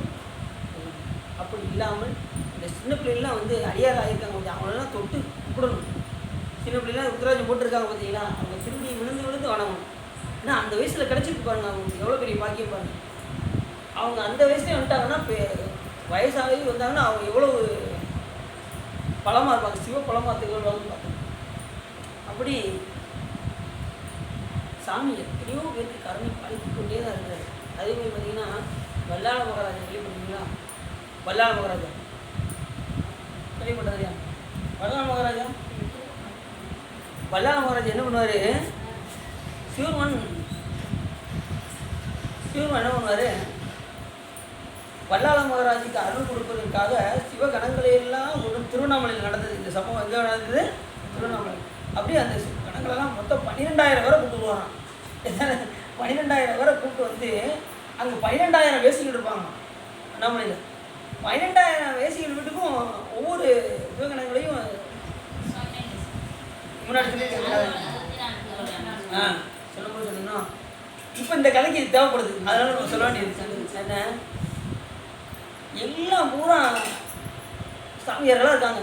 12,000 வீட்லேயும் சாமியார் இருக்காங்க, எல்லாம் வேசிகள் வீட்டில் இருக்காங்க. சாமியார் பூரா எங்கே இருக்காங்க? இருக்கக்கூடாத இடத்துல போய் அங்கே 12,000 பேர் அங்கே போய் இருக்காங்க வேசிகள். சிவபெருமானுக்கு ஆள் இல்லை, சிவபெருமானுக்கு ஒரு பெண்கள் கூட இல்லை. உடனே நேரம் எங்கே போனார்? வல்லாளராஜாட்ட போயிட்டார். வல்லாளராஜா, சாமி வாங்க சாமி, உங்களுக்கு என்ன சாமி வேணும் அப்படின்னு. எனக்கு ஒரு பெண் வேணும் அப்படின்றாரு சாமி. அவர் பார்த்தாரு. உடனே காவலாளியை கூப்பிட்டாரு, நீ போய் நம்ம தேவதாசிகள்லாம் இருக்காங்கல்ல, அவங்க யாரையாவது ஒன்று அழைச்சிட்டோம் அப்படின்னு. உடனே அங்கே போனால் ஒவ்வொரு வீட்லேயும் ஒரு சாமியார் இருக்காங்க, யாரையுமே கூப்பிட்டு வர முடியாது உண்மையில். போய் கேட்டால் அவங்க என்ன சொல்கிறாங்க, நாங்கள் ஒருத்தர் உடன்பட்டோம்னா அன்னைக்குள்ளே அவங்க தான், வேறு யாருக்கும் நாங்கள் உடன்பட மாட்டோம், அப்படி கொள்கையில் உள்ளவங்க அந்த தேவதாசிகள்லாம் அப்படி இருப்பாங்க. உடனே இவங்க வந்து காவலாளின்னு சொன்னதும் உடனே ராஜாவே வந்துடுறாரு. கடைசி காவலாளியை விட்டு சொன்னால் தெரிய வராது, நம்மளே போயிடும் அப்படின்னு சொல்லி வந்தாலும் அவங்க எல்லாரும் என்ன பண்ணிட்டாங்க, ஒருத்தர் நாங்கள் கொடுத்த வாக்க நாங்கள் மீற மாட்டோம் அப்படின்ட்டாங்க. உடனே இப்போ அரசு இந்த சாமியார் கொடுத்த வாக்கை நம்ம மீறிட்டோமே அப்படின்னு சொல்லி தற்கொலை பண்ண போனாராம் வல்லாளராஜன். வாக்கை மீறிட்டோமே, வேறு பெண்கள் கிடைக்கலையே நினைக்கும் போது அவருக்கு 2 மனைவி. யாருக்கு? அந்த வல்லாளராஜனுக்கு 2 மனைவி, மல்லமாதேவி எல்லமாதேவின்னு சொல்லி 2 மனைவி. 2 மனைவிக்குமே அவன் வீட்டில் கட்டில் இருந்தது, தொட்டில் இல்லை. நல்லா கனவு, கட்டில் எல்லாரும் வீட்டில் இருக்கும், ஆனால் தொட்டில் யாரும் கொடுக்க முடியும்? அவங்க வீட்டில் குழந்தை கிடையாது. 2 மனைவி இருந்து குழந்தை இல்லை. அப்போ சாமி அவருக்கு அருள்வாளிக்கிறதுக்காக தான் சாமி என்ன பண்ணுறாரு, இந்த இடத்துல வர்றாரு. வந்துட்டு இந்த 2 மனைவிகளும் இவர் தற்கொலை பண்ண போகிறேன்னு சொன்னார் பாருங்க. உடனே இந்த இளைய மனைவி எல்லமாதேவி என்ன பண்ணா, நான் வந்து நீங்கள் இதுக்காக நீங்கள் இறக்கலாம் வேண்டாம், நான் வேணா உடன்படுறேன் அப்படின்னு சொல்லி அவர் இளைய மனைவி ஒத்துக்கிட்டாங்க. உடனே ரூம் ரெடி பண்ணிட்டாங்க. நல்லா கவனம், ரூம்லாம் ரெடி பண்ணி பஞ்சுமத்தை எல்லாம் ரெடி பண்ணி ஊதுபத்தி எல்லாம் ரெடி பண்ணிட்டாங்க. சாமி உள்ளே போனார் ரூம்குள்ளே. உள்ளே போய் என்ன பண்ணிட்டாரு, நிஷ்டையில் உட்காந்துட்டார். அப்படியே சிவம் என்ன பண்ணிட்டாரு, அந்த பஞ்சுமத்தையில் போய் அப்படி உட்காந்து இப்படி காலத்துக்கு இப்படி மேலே போட்டு அப்படியே உட்காந்துட்டார். உடனே இந்த அம்மா பால் மலம்லாம் கொண்டுட்டு உள்ளே வராங்க. உள்ளே வந்து இந்த சாமியாரை பார்க்குறாங்க. சாமி அப்படி நிஷ்டையில் உட்காந்துருக்காரு. அப்படி நேரம் ஆகிக்கிட்டே இருந்தது. ரொம்ப நேரம் ஆகியும் சாமி அப்படி நிஷ்டையிலே இருந்தார். அந்த இளமாதேவி என்ன பண்ணாங்க, அப்படியே பக்கத்தில் வந்து என்ன ரொம்ப நேரம் ஆயிடுச்சு, ஒரு வாட்டி நெற்றியில் இருக்கான்னு சொல்லி இப்படி திருவடியை போய் தொட்டாங்கல்ல. தொட்டது சிவன் என்ன பண்ணார், குழந்தைய மாறிட்டார். அவன் மடியில் வந்து கிடந்து குழந்தைய வந்து கிடந்தான். குவா குவா குவா குவான்னு சவுண்ட் கொடுத்தாரா சிவன் வந்து. உடனே இவர் வெளியில் வல்லாராஜு, என்ன இப்போ தான் உள்ளே போகிற, அது கூட குழந்தை வந்துருச்சு அப்படின்னு. உள்ளே போனது குழந்தை எப்படியா பிறக்கும் அப்படின்ட்டு திறந்து உள்ளே வந்து பார்த்தா என்ன நடந்துச்சு அப்படின்னு சொல்லி வல்லாராஜன் கேட்டான். உடனே அவர் வேறு ஒன்றும் இல்லைங்க, இவர் ரொம்ப நேரம் நிஷ்டையிலே இருந்தார், திருவடியை தொட்டே குழந்தைய மாறிட்டாரு அப்படின்றது. உடனே சிவருமான் உடனே வல்லாராஜனுக்கு அவன் இறந்த காலத்து அவனுக்கு மகனாக இருந்து சாமி குழந்தைய வந்துட்டாரா, குழந்தைய வந்ததுக்கப்புறம் அவன் இறந்ததுக்கப்புறம் இப்பவும் தவசம் கொடுப்பாரான் சிவபெருமான். இப்போயும் அந்த மாசி மகத்தன்னைக்கு அண்ணாமலையில் இந்த விழா நடக்கும். நீங்கள் போய் பார்த்தீங்கன்னா தெரியும். சாமி அப்படி குழந்தைய மாறிடுவான். அவருக்கு ரொம்ப நாளாக சாமி குழந்தையா இருந்தது. ஏற்கனவே பட்டினத்தார் குழந்தையா இருந்தார். அதே மாதிரி வல்லாளராஜனுக்கும் மகனாக இருந்து இப்பயும் தவசம் வந்து கொடுப்பாங்க மாசி மகத்தன்று. அப்படி இந்த காம கிழத்தியர்களோடு இருக்கிறவங்களுக்கு கூட சாமி எப்படிலாம் வந்து அருட்சியில் இருப்பாங்க. அவர் அந்த 12 தாசிகள் இருக்காங்க பாருங்க, அவங்களுக்குலாம் சாமியாக இருப்பாங்க. அவங்களுக்குலாம் எல்லா பேருக்கும் அருள். 12,000 தேவதாசிகளுக்கும் அருள். அதில் கொடுத்து அவங்க மோட்சம் பண்ணுற வரலாறுலாம் நிறையா உண்டு. அடுத்து பார்த்தீங்கன்னா இன்னொரு கதை பார்த்தீங்கன்னா இந்த தும்பை கதை தெரியுமா உங்களுக்கு? தும்பை தெரியாதான்? அது பார்த்தீங்கன்னா இதே மாதிரி தான். அந்த ஒருத்தவங்க வச்சுட்டாங்கன்னா, வெத்தலை பாக்கு வச்சுட்டாங்கன்னா அவங்க ஒருத்தருக்கு தவிர வேறு யாருக்கும் உடன்பட மாட்டாங்க. அந்த நேரத்தில் ஒரு வயதான இடத்துல ஒருத்தர் வந்தார். ரொம்ப வயசு அவருக்கு, வயசுனா வயசு கிட்டத்தட்ட ஒரு 80 வயசு இருக்கும் அந்த ஆளுக்கு. அவர் வந்து என்ன பண்ணார், வெத்தலை பாக்க வச்சார். இன்னைக்கு நீ எனக்கு தாமா அப்படின்னு சொல்லி என்ன பண்ணார், வச்சுட்டார். உடனே அந்த பெண்ணு என்ன மறுக்க முடியாமல் அந்த வயசான ஆளை உள்ளே கூப்பிட்டு உட்கார வச்சு, உடனே அரசர்லாம் அங்கே உள்ள அரசர்லாம் வந்து நீ எனக்கு உடன்படு அப்படின்பாங்க. நாங்கள் ஒருத்தர் உடன்பட்டால் அது வயசான ஆளாலும் சரி அவங்களுக்கு தான் உடன்படுவோம் அப்படின்னு சொல்லி அவங்க இருப்பாங்க. உடனே அரசர் என்ன இப்படி சொல்லி மீற மாட்டேங்காங்களே அப்படின்னு சொல்லிட்டு அரசர் போயிட்டாரு. உடனே இவர் விடிய விடிய அந்த வயசானவர் என்ன செய்வார், விடிய விடிய உள்ள அவரால் என்ன செய்ய முடியும், இருமுறாரு, போய் துப்புறாரு, வெளியே போகிறாரு, எல்லாம் செஞ்சுக்கிட்டு இருக்காரு. விடிய விடிய இப்படி நடந்துக்கிட்டு இருக்கு. கடைசி பார்த்தா முடிஞ்சிருச்சு. முடிஞ்சதுக்கப்புறம் பார்த்தா உடனே சாமி என்ன பண்ணாரு, இவர் வந்து அந்த அம்மா வந்து அப்படி திரும்பி தொட்டாங்கல்ல, தொட்டது உடனே சிவருமன் அப்படியே காட்சி. அந்த பெண்ணுக்கு சிவருமன் விடைவாகனத்தோடு வந்து காட்சி கொடுத்து, பெண்ணே உனக்கு என்ன வர வேண்டும் சொல்லுங்க சாமி. உடனே அவருக்கு என்ன கேட்கணும், சாமி காட்சி கொடுத்தது அவருக்கு என்ன கேட்கனே தெரியல. நாம் என்ன செய்வோம், சாமி உன்னுடைய திருவடி என் தலையில் இருக்க வேண்டும் தானே கேட்போம். அவன் அப்படி மாற்றி கேட்டான், ஏன் திருவடி உங்கள் மேலே இருக்கணும் அப்படின்னு அந்த மாதிரி வர மாற்றி கேட்டுட்டான். உடனே சிவபெருமான் வேற ஒன்றும் பண்ணல, அவருக்கு வேண்டுவாருக்கு வேண்டுவனவே ஈவான் கண்டாய்ங்கிற அடிப்படையில் சாமி என்ன பண்ணார், அவரை தும்பை பூவாக மாற்றி. பார்த்துருக்கீங்களா தும்பை பூ, அது பாதம் மாதிரியே இருக்கும். அது அந்த பெண்ணோட இதை வந்து சாமி பூவாக மாற்றி சாமி தலையில் சொல்லிட்டாங்க. இப்போயும் அந்த தும்பை பூ வந்து சிவபூஜையில் ரொம்ப முக்கியமான பூ. எது பூன்னா இந்த தும்பை. தும்பை ரொம்ப முக்கியமான பூ. இந்த தேங்காய் பூன்னு சொல்லுவாங்க பார்த்துருக்கீங்களா, அதுதான் தும்பை. அதுதான் தும்பை, அதுதான் தும்பை. பாதம் பாதம் பாதம் மாதிரி இருக்கும், திருவடி மாதிரி இருக்கும். ஒரு பூ தான், ஒரு பூவாக தான், ஒவ்வொரு பூவாக இருக்கும். வெள்ளை வெள்ளை வெள்ளை கலர் இருக்கும். தேங்காய் பூமாங்க சின்ன பிள்ளை பார்த்துருக்கீங்களா, அதெல்லாம் பறித்து சாமிக்கு அர்ச்சனை பண்ணணும்னு வச்சுக்கோங்க, ரொம்ப சிறப்பாக இருக்கும்.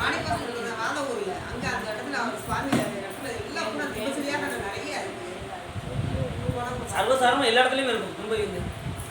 அதை அன்னையினார் பாடுறாரு, அன்னையினார் அழகாக பாடுறாரு.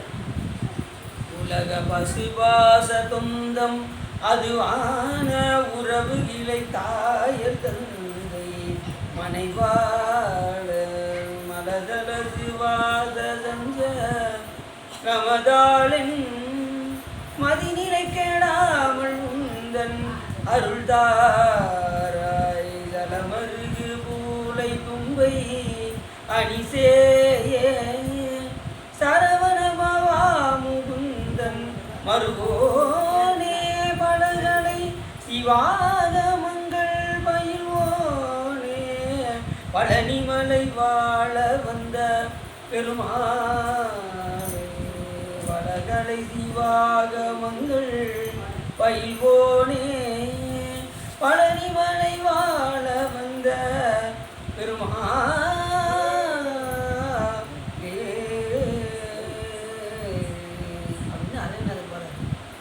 சலம் அருகு பூளை தும்பை அணி சேயே அப்படிங்கிறாரா. உடல் அந்த வரி தான்.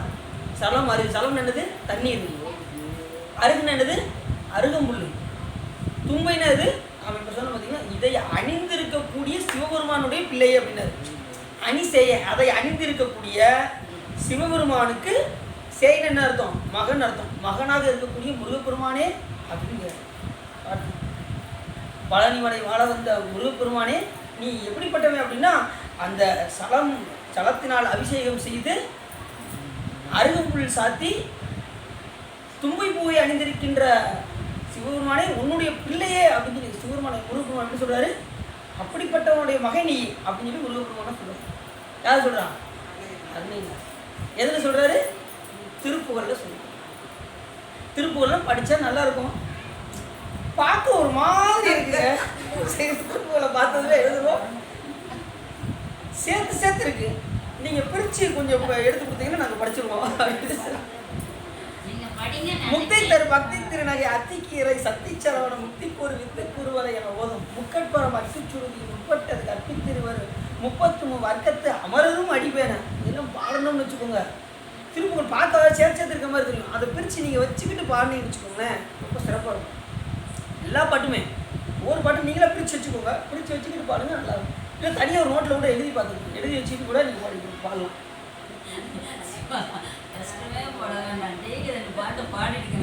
பார்த்தீங்களா பார்த்தீங்களா, திரும்பவும் பாடிட வேண்டியதான்.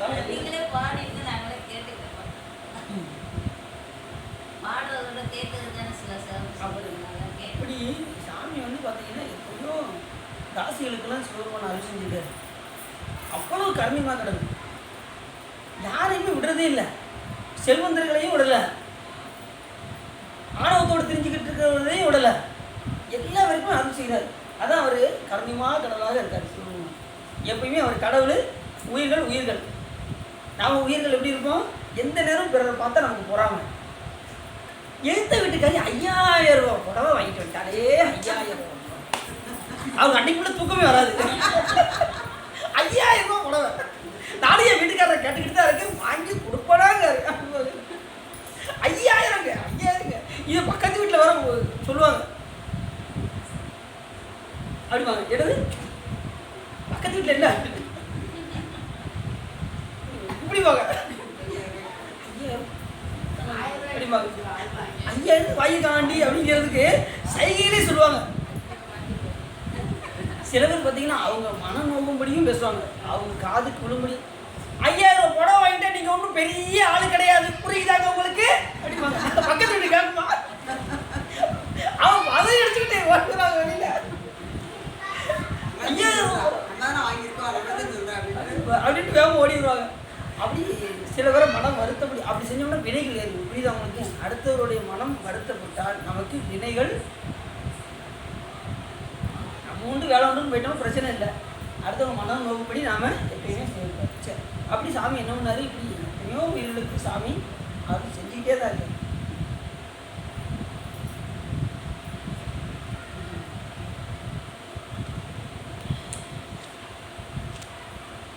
அப்படி அந்த பாசகர் என்ன பண்ணா, அந்த 16 வயசு பிள்ளை தடுமாறிய காலத்தில் சேராதோடு சேர்ந்து தாசியோடு ஈடுபட்டு ரொம்ப கீழ்நிலை கொண்டு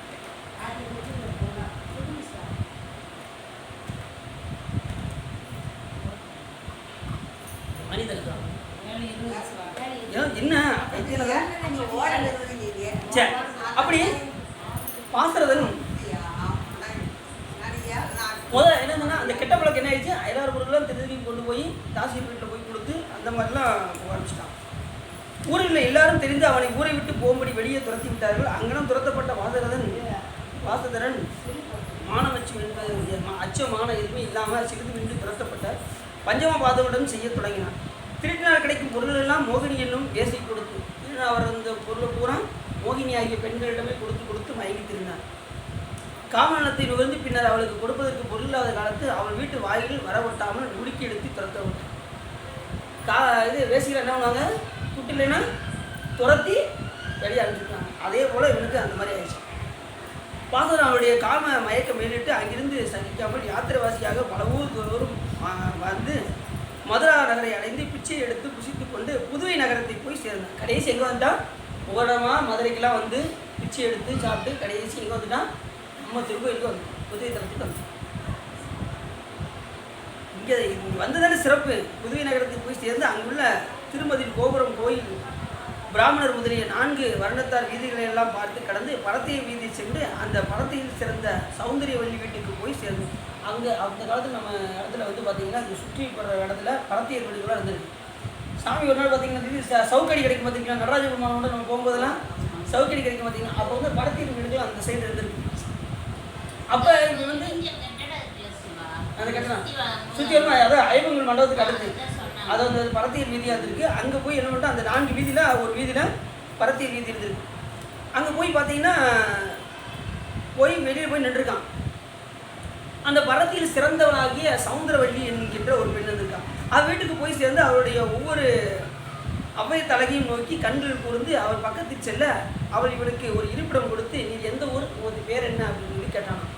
அந்த பெண் வந்து நீ இப்படி இருக்கப்பா, பிச்சை எடுத்துக்கிட்டப்போ உங்களுக்கு என்ன எந்த ஊர் ஏது அப்படின்னு சொல்லி கேட்குறாங்க. வழக்கம் போல் அவருடைய ஊரெல்லாம் சொல்லி இந்த மாதிரி கோதாவரி நதிக்கரையில் உள்ள வடகரையில் உள்ள ஒரு என்ன நகரம், தர்மசாலை என்னும் நகரத்தில் இருந்து நான் வரேன் அப்படின்னு சொல்லி இந்த மாதிரி நான் பிச்சை எடுத்துக்கிட்டு இருக்கேன் அப்படின்னு சொல்லி அவன் வீட்டில் அந்த சௌந்தரியவல்லி வீட்டுக்கு போய் இருந்தான். உடனே அவன் என்ன பண்ணா, நீ ஒன்றும் கவலைப்படாதப்பா, உனக்கு சமையல்லாம் போஜனம் எல்லாமே நானே தரேன் அப்படின்னு சொல்லி அவனை தங்க வைக்கிறான். மறுநாள் காலையிலே வேசியானவள் பாசகரனை பார்த்து சோற்றுக்காக வேடம் போய் நீ அடைய வேண்டாம், எங்கள் வீட்டிலே சாப்பிட்டுக்கோ அப்படின்னு சொல்லி சொல்லுவான். அதுக்கப்புறம் நீ அடைய வேண்டாம், என் வீட்டில் போசனம் செய்து திறந்தோறும் என்னுடைய சிவபூஜைக்கு பத்திர புஷ்பம் எடுத்து கொண்டு வந்து கொடுப்பாயாக. நீ காம வேட்கை மிகுதியானதனால் மாதம் ஒரு முறை என்னோடு காமநலத்தை அனுபவிக்கலாம் அப்படின்னா. உடனே நீ எப்பயுமே மாதத்துக்கு ஒரு முறை என்கிட்ட வந்து நீ என்ன செஞ்சுக்கோ, காவல் நடத்தி நீ அணிவித்துக்கோ அப்படின்னு சொல்லி எனக்கு சிவபூஜைக்கு தேவையான பாருங்க, பரத்தையாக இருந்தாலும் சிவபூஜையில் சிறந்து வளர்ந்தாங்க. அது அவங்களுக்கு வந்து தொழில், புரியுது அவங்களுக்கு? பரத்தையாக இருந்தாலும் அவங்க வந்து அது தொழில், வேறு தொழில் கிடையாது. ஆனாலும் அவங்க அந்த நிலையில் என்ன பண்ணுறாங்க, சிவபூஜை செய்கின்றார்கள். அதுதான் ரொம்ப முக்கியம். அந்த சிவபூஜை செய்கிற நேரத்தில் இவர் என்ன பண்ணுறாரு, சிவபூஜைக்கு உதவி பண்ணுறாரு. இப்போ இதுதான் ரொம்ப முக்கியமான இந்த புராணத்திலே ரொம்ப முக்கியமான பாயிண்ட் என்ன அப்படின்னா, இந்த வாசகர்களுக்கு சிவபூஜைக்கு உதவியது காரணத்தின் காரணமாகத்தான் இவர் மோட்சம் அடைய போகிறார். நல்ல கவனம் கிடைக்கும். எப்பயுமே சிவபூஜை செய்கிறவங்களை காட்டணும், சிவபூஜைக்கு உதவி பண்ணுறாங்க பார்த்தீங்களா, அவங்களுக்கு சிறப்பு அதிகம். இது நிறைய பேர் புரிகிறாங்களோ புரிக்கணும்னு தெரில. இப்போ நீங்கள்லாம் வந்து பார்த்தீங்கன்னா நம்ம புரன் ஜோதி நீங்கள் கூப்பிடுச்சு கொடுத்தீங்கன்னு வச்சுக்கோங்க, அவங்களுக்கு முன்னாடி நீங்கள் போயிடுவீங்க. இல்லை, அதாவது சாமியுடைய இது அருள் வந்து இவங்களுக்கு முதல்ல கிடைச்சோம். இது அந்த சிவபூஜைக்கு உதவுன்றவர்களுக்கு ரொம்ப. இப்போ சாதாரண பார்த்தீங்கன்னா கொலை செஞ்சவனை காட்டணும், கொலை செஞ்சவனுக்கு துணை புரியாமல் பார்த்தீங்கன்னா அவனுக்கு தான் தண்டனை ஜாஸ்தி. இது அவங்களுக்கு இந்த உலக வழக்கு. உலக வழக்கு அப்படி தானே? அப்படி தானே உலக வழக்கு.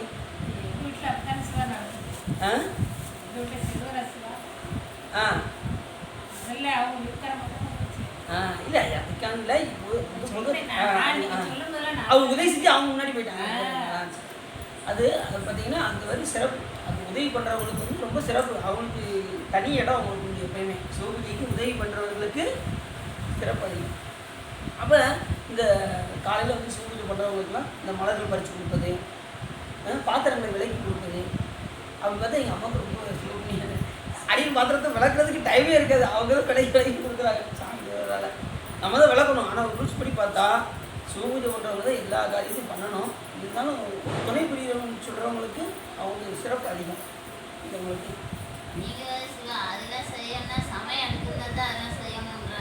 எது அவங்களுக்கு தொண்டு பண்ணணும்னா சமயம் எடுத்தால் தான் செய்யணும் அப்படின்றாங்க. அப்படிலாம் பார்த்தா முடியுமா? அதெல்லாம் கிடையாது. அப்படிலாம் கிடையாது. நீ சாதாரணமாக நீ ஆனால் திருநீர் அடைஞ்சிருக்கணும், ருத்ராஜம் அடைஞ்சிருக்கணும். அது இருந்தால் போதும். அந்த தகுதி இருந்தால் போதும். ஈச்சி எடுக்கணும்னு அவசியம் இல்லை. ருத்ராஜம் விபூதி இருந்தால் கூட நம்ம சிவபூஜைக்கு உதவலாம். அதுக்கப்புறம் அந்த நிலை ஏற்பட்டால் சிவமன்னன் வர அந்த உயிருக்கு சமயதீட்சை எடுக்கும்படி சொல்லுவார். இது அவங்களுக்கு. அதுக்கப்புறம் அவங்க அப்படி படிப்படியாக போயிடுவாங்க. அதுக்கப்புறம் அவங்க சிவபூஜை எடுத்து அப்படி எப்படி மேலே மேலே போய்கிட்டே இருப்பாங்க. ஆனால் எதுவுமே படிமுறையில் தான் அறியுமே தவிர எடுத்ததுமே ஸ்ட்ரெயிட்டாக இந்த உயிரானது போகாது. சோபான முறைன்னு பேர். அதுக்கு பேர் படிமுறையில் தான் இந்த உயிர் அறியுமே தவிர அது ஒன்றை விட்டு ஒன்று தான் அறியும். படிமுறையில் தான் அறியும். எடுத்ததுமே அப்படி அறிஞ்சு போயிடாது. இப்படி சாமி என்ன பண்ணுறாரு, இந்த சிவபூஜைக்கு உதவிகளுக்கு ரொம்ப முக்கியத்துவம் கொடுக்குறாரு. அப்படி அந்த பெண்ணின் வீட்டில் இவர் என்ன பண்ணுறாரு, சிவபூஜைக்கு உதவுறாரு. ஒரு முறை அந்த இன்ப நலனத்தை அனுபவிக்கின்றார். அது கேட்டு அளவில்லாத சந்தோஷம் இது மேற்கூறிய 3 வருடம் செய்து காலத்தை கிடைத்தார். அந்த பெண்ணோடு இருந்து 3 வருஷ காலம் ஓடிடுச்சு. பின்பு ஒரு தினத்திலே அவள் வேசையாகிய சௌந்தரவல்லியை ஒரு அரசன் கண்டு இன்றைய தினம் வீட்டுக்கு வருவோம் என்று தூது அனுப்பினார். எப்பயும் வேசைகள் வீட்டுக்கு யாருனாலும் வருவாங்க போவாங்க. அதில் ஒரு அரசனும் வரேன் அப்படின்னா பார்த்துக்கோங்க. அந்த காலத்தில் அரசர்லாம் இங்கே ஆண்டிருக்காங்க. எங்க இந்த புதுவை தளத்தில் அவள் இன்றைக்கு பாசனுடைய முறை என்று நாளை என்பது தெரிந்தும். ஆனால் இந்த விஷயம் அன்னைக்கு வந்து பாசன் அந்த கரெக்டாக அவள் என்ன சொல்லியிருக்கா, மாதம் ஒரு முறைன்னு சொல்லியிருக்காங்க. அந்த நாள் அவனுக்கு வருது. அந்த பெண்ணுக்கு சௌந்தரியத்துக்கு வருது. அவன் நாள் தெரிஞ்சிருந்தும் அரசன் வர்றேன்னு சொல்கிறான். புரியுதா? கதை புரியுதா அவனுக்கு? ஆனால் அவன் என்ன பண்ணிட்டா, அவனுக்கு உடன்படலை. யாருக்கு? பாசனுக்கு உடன்படலை, அரசனுக்கு தான் உடன்படுறான். அதனால் இவனுக்கு என்ன வந்துருச்சு, கோபம் வந்துருச்சு. யாருக்கு? பாசனுக்கு. அது கண்டு பாசகன் பதவித்து சோர்ந்து மூச்செறிந்து பலவாறு குழம்பி அழுதி பாவி என்னை ஏவல் கொண்டு மோசம் செய்து விட்டாள் என்று வருந்துகையில் அவளுடைய உரு வெளித்தோற்றத்தை கண்டு புணர்ந்து விழித்து திகைத்திருக்கும் வேளையிலே சூரியன் மேற்திசை கடலில் ஆழ்ந்தான். உடனே அவனுக்கு பதவிப்பு இப்படி அரசனுக்கு உட்பட்டதே, எனக்கு இப்போ ஏமாத்திட்டாலே வச்சுட்டாலே அப்படின்னு சொல்லி அந்த நினச்சே வருத்தப்படுறான். இனி இதை விட்டாச்சுன்னா அடுத்த மாதம் தான் அவனுக்கு அவளுக்கு நல்லா கவலை கிடைக்கு. மாதம் ஒரு முறை அப்படிங்கும்போது அவன் ரொம்ப இதுக்காக அவன் என்ன பண்ணியிருக்கான் பாருங்க. உடனே ஈரம் சந்திரன் நட்சத்திர நிலையை தோன்றினா அப்போது பாசதரன் மன்மதன் புஷ்பவானங்களிலாலும் அன்றில் ஓசையாலும் இரவு முழுதும் நித்திரையின்றி கழித்திருந்து புலம்புகையிலே பசி நோயும் காம நோயும் மிகுத்து சரீரம் கருகி வைத்தியநாதர் நடனம் செய்யும் அம்பலத்தின் முன்பு உயிரை விடுத்தான். கடைசி எங்கே உயிர் போச்சு? பசி பிடி எல்லாம் வந்துருச்சு அவனுக்கு. வந்தது உடனே என்ன விட்டான், அப்படியே இரவு முழுக்க நித்திரை இல்லாமல் தூங்க முடியாமல் செய்ய முடியாமல் கடைசி வைத்தியநாதர் நடனம் செய்யக்கூடிய அம்பலத்தின் முன்பே அங்கே போய் உயிரை விட்டாங்க. ஏற்கனவே நம்ம நடனமாடக்கூடிய இடம் எந்த இதுன்னு பார்த்தோம், போன திருவிழாவில் பார்த்தோம்ல, திரு நடனம் செய்த படத்தை நம்ம சித்திர சொல்கிறோம். அந்த இடத்துல போய் உயிரை விட்டுருக்கான். பார்த்துக்கோங்க, அந்த இடத்துல உயிர் விட்டதுனால தான் அவனுக்கு சிறப்பே. வேற எங்கே உயிர் போயிருந்தாலும் அப்படி விட்டுருப்பாங்க. இந்த கதைக்கு அவர் வந்திருக்கவே மாட்டார் பாசுதரன். ஆனால் அவர் நடன அம்பலத்தில் போய் அவர் தன்னுடைய உயிரை மாய்ப்பதற்கு காரணமாக மறுநாள் காலை சூரியன் உதயமாகியது. அப்போது யமதூதர்கள் வந்து பாசுதரனை கட்டி அடித்து துன்பம் செய்தனர். உடனே அவனை கட்டி, அவன் புண்ணியம் செஞ்ச மாதிரி தெரில, எல்லா காம கிளத்தியரோடு தான் இருந்திருக்கான். அதனால் என்ன பண்ணிட்டாங்க, யார் வந்துட்டா, யமதூதர்கள் வந்துட்டாங்க அவனை தூக்கி போகிறது. அவனை வருத்தம் வந்து அடித்து இழுத்துட்டு போகிறாங்க. அவனை யமதூதர்கள் வரும்போது எப்படி வருவாங்க, கோபம் பாவம் செய்யாதீரு மனமே, நாளை கோபம் கொண்டே யமன் கொண்டோடிடுவானே. அட்டிக்கு பாரு ஏட்டா, எத்தனை வருஷம் ஆச்சு, எத்தனை வயசு உனக்கு?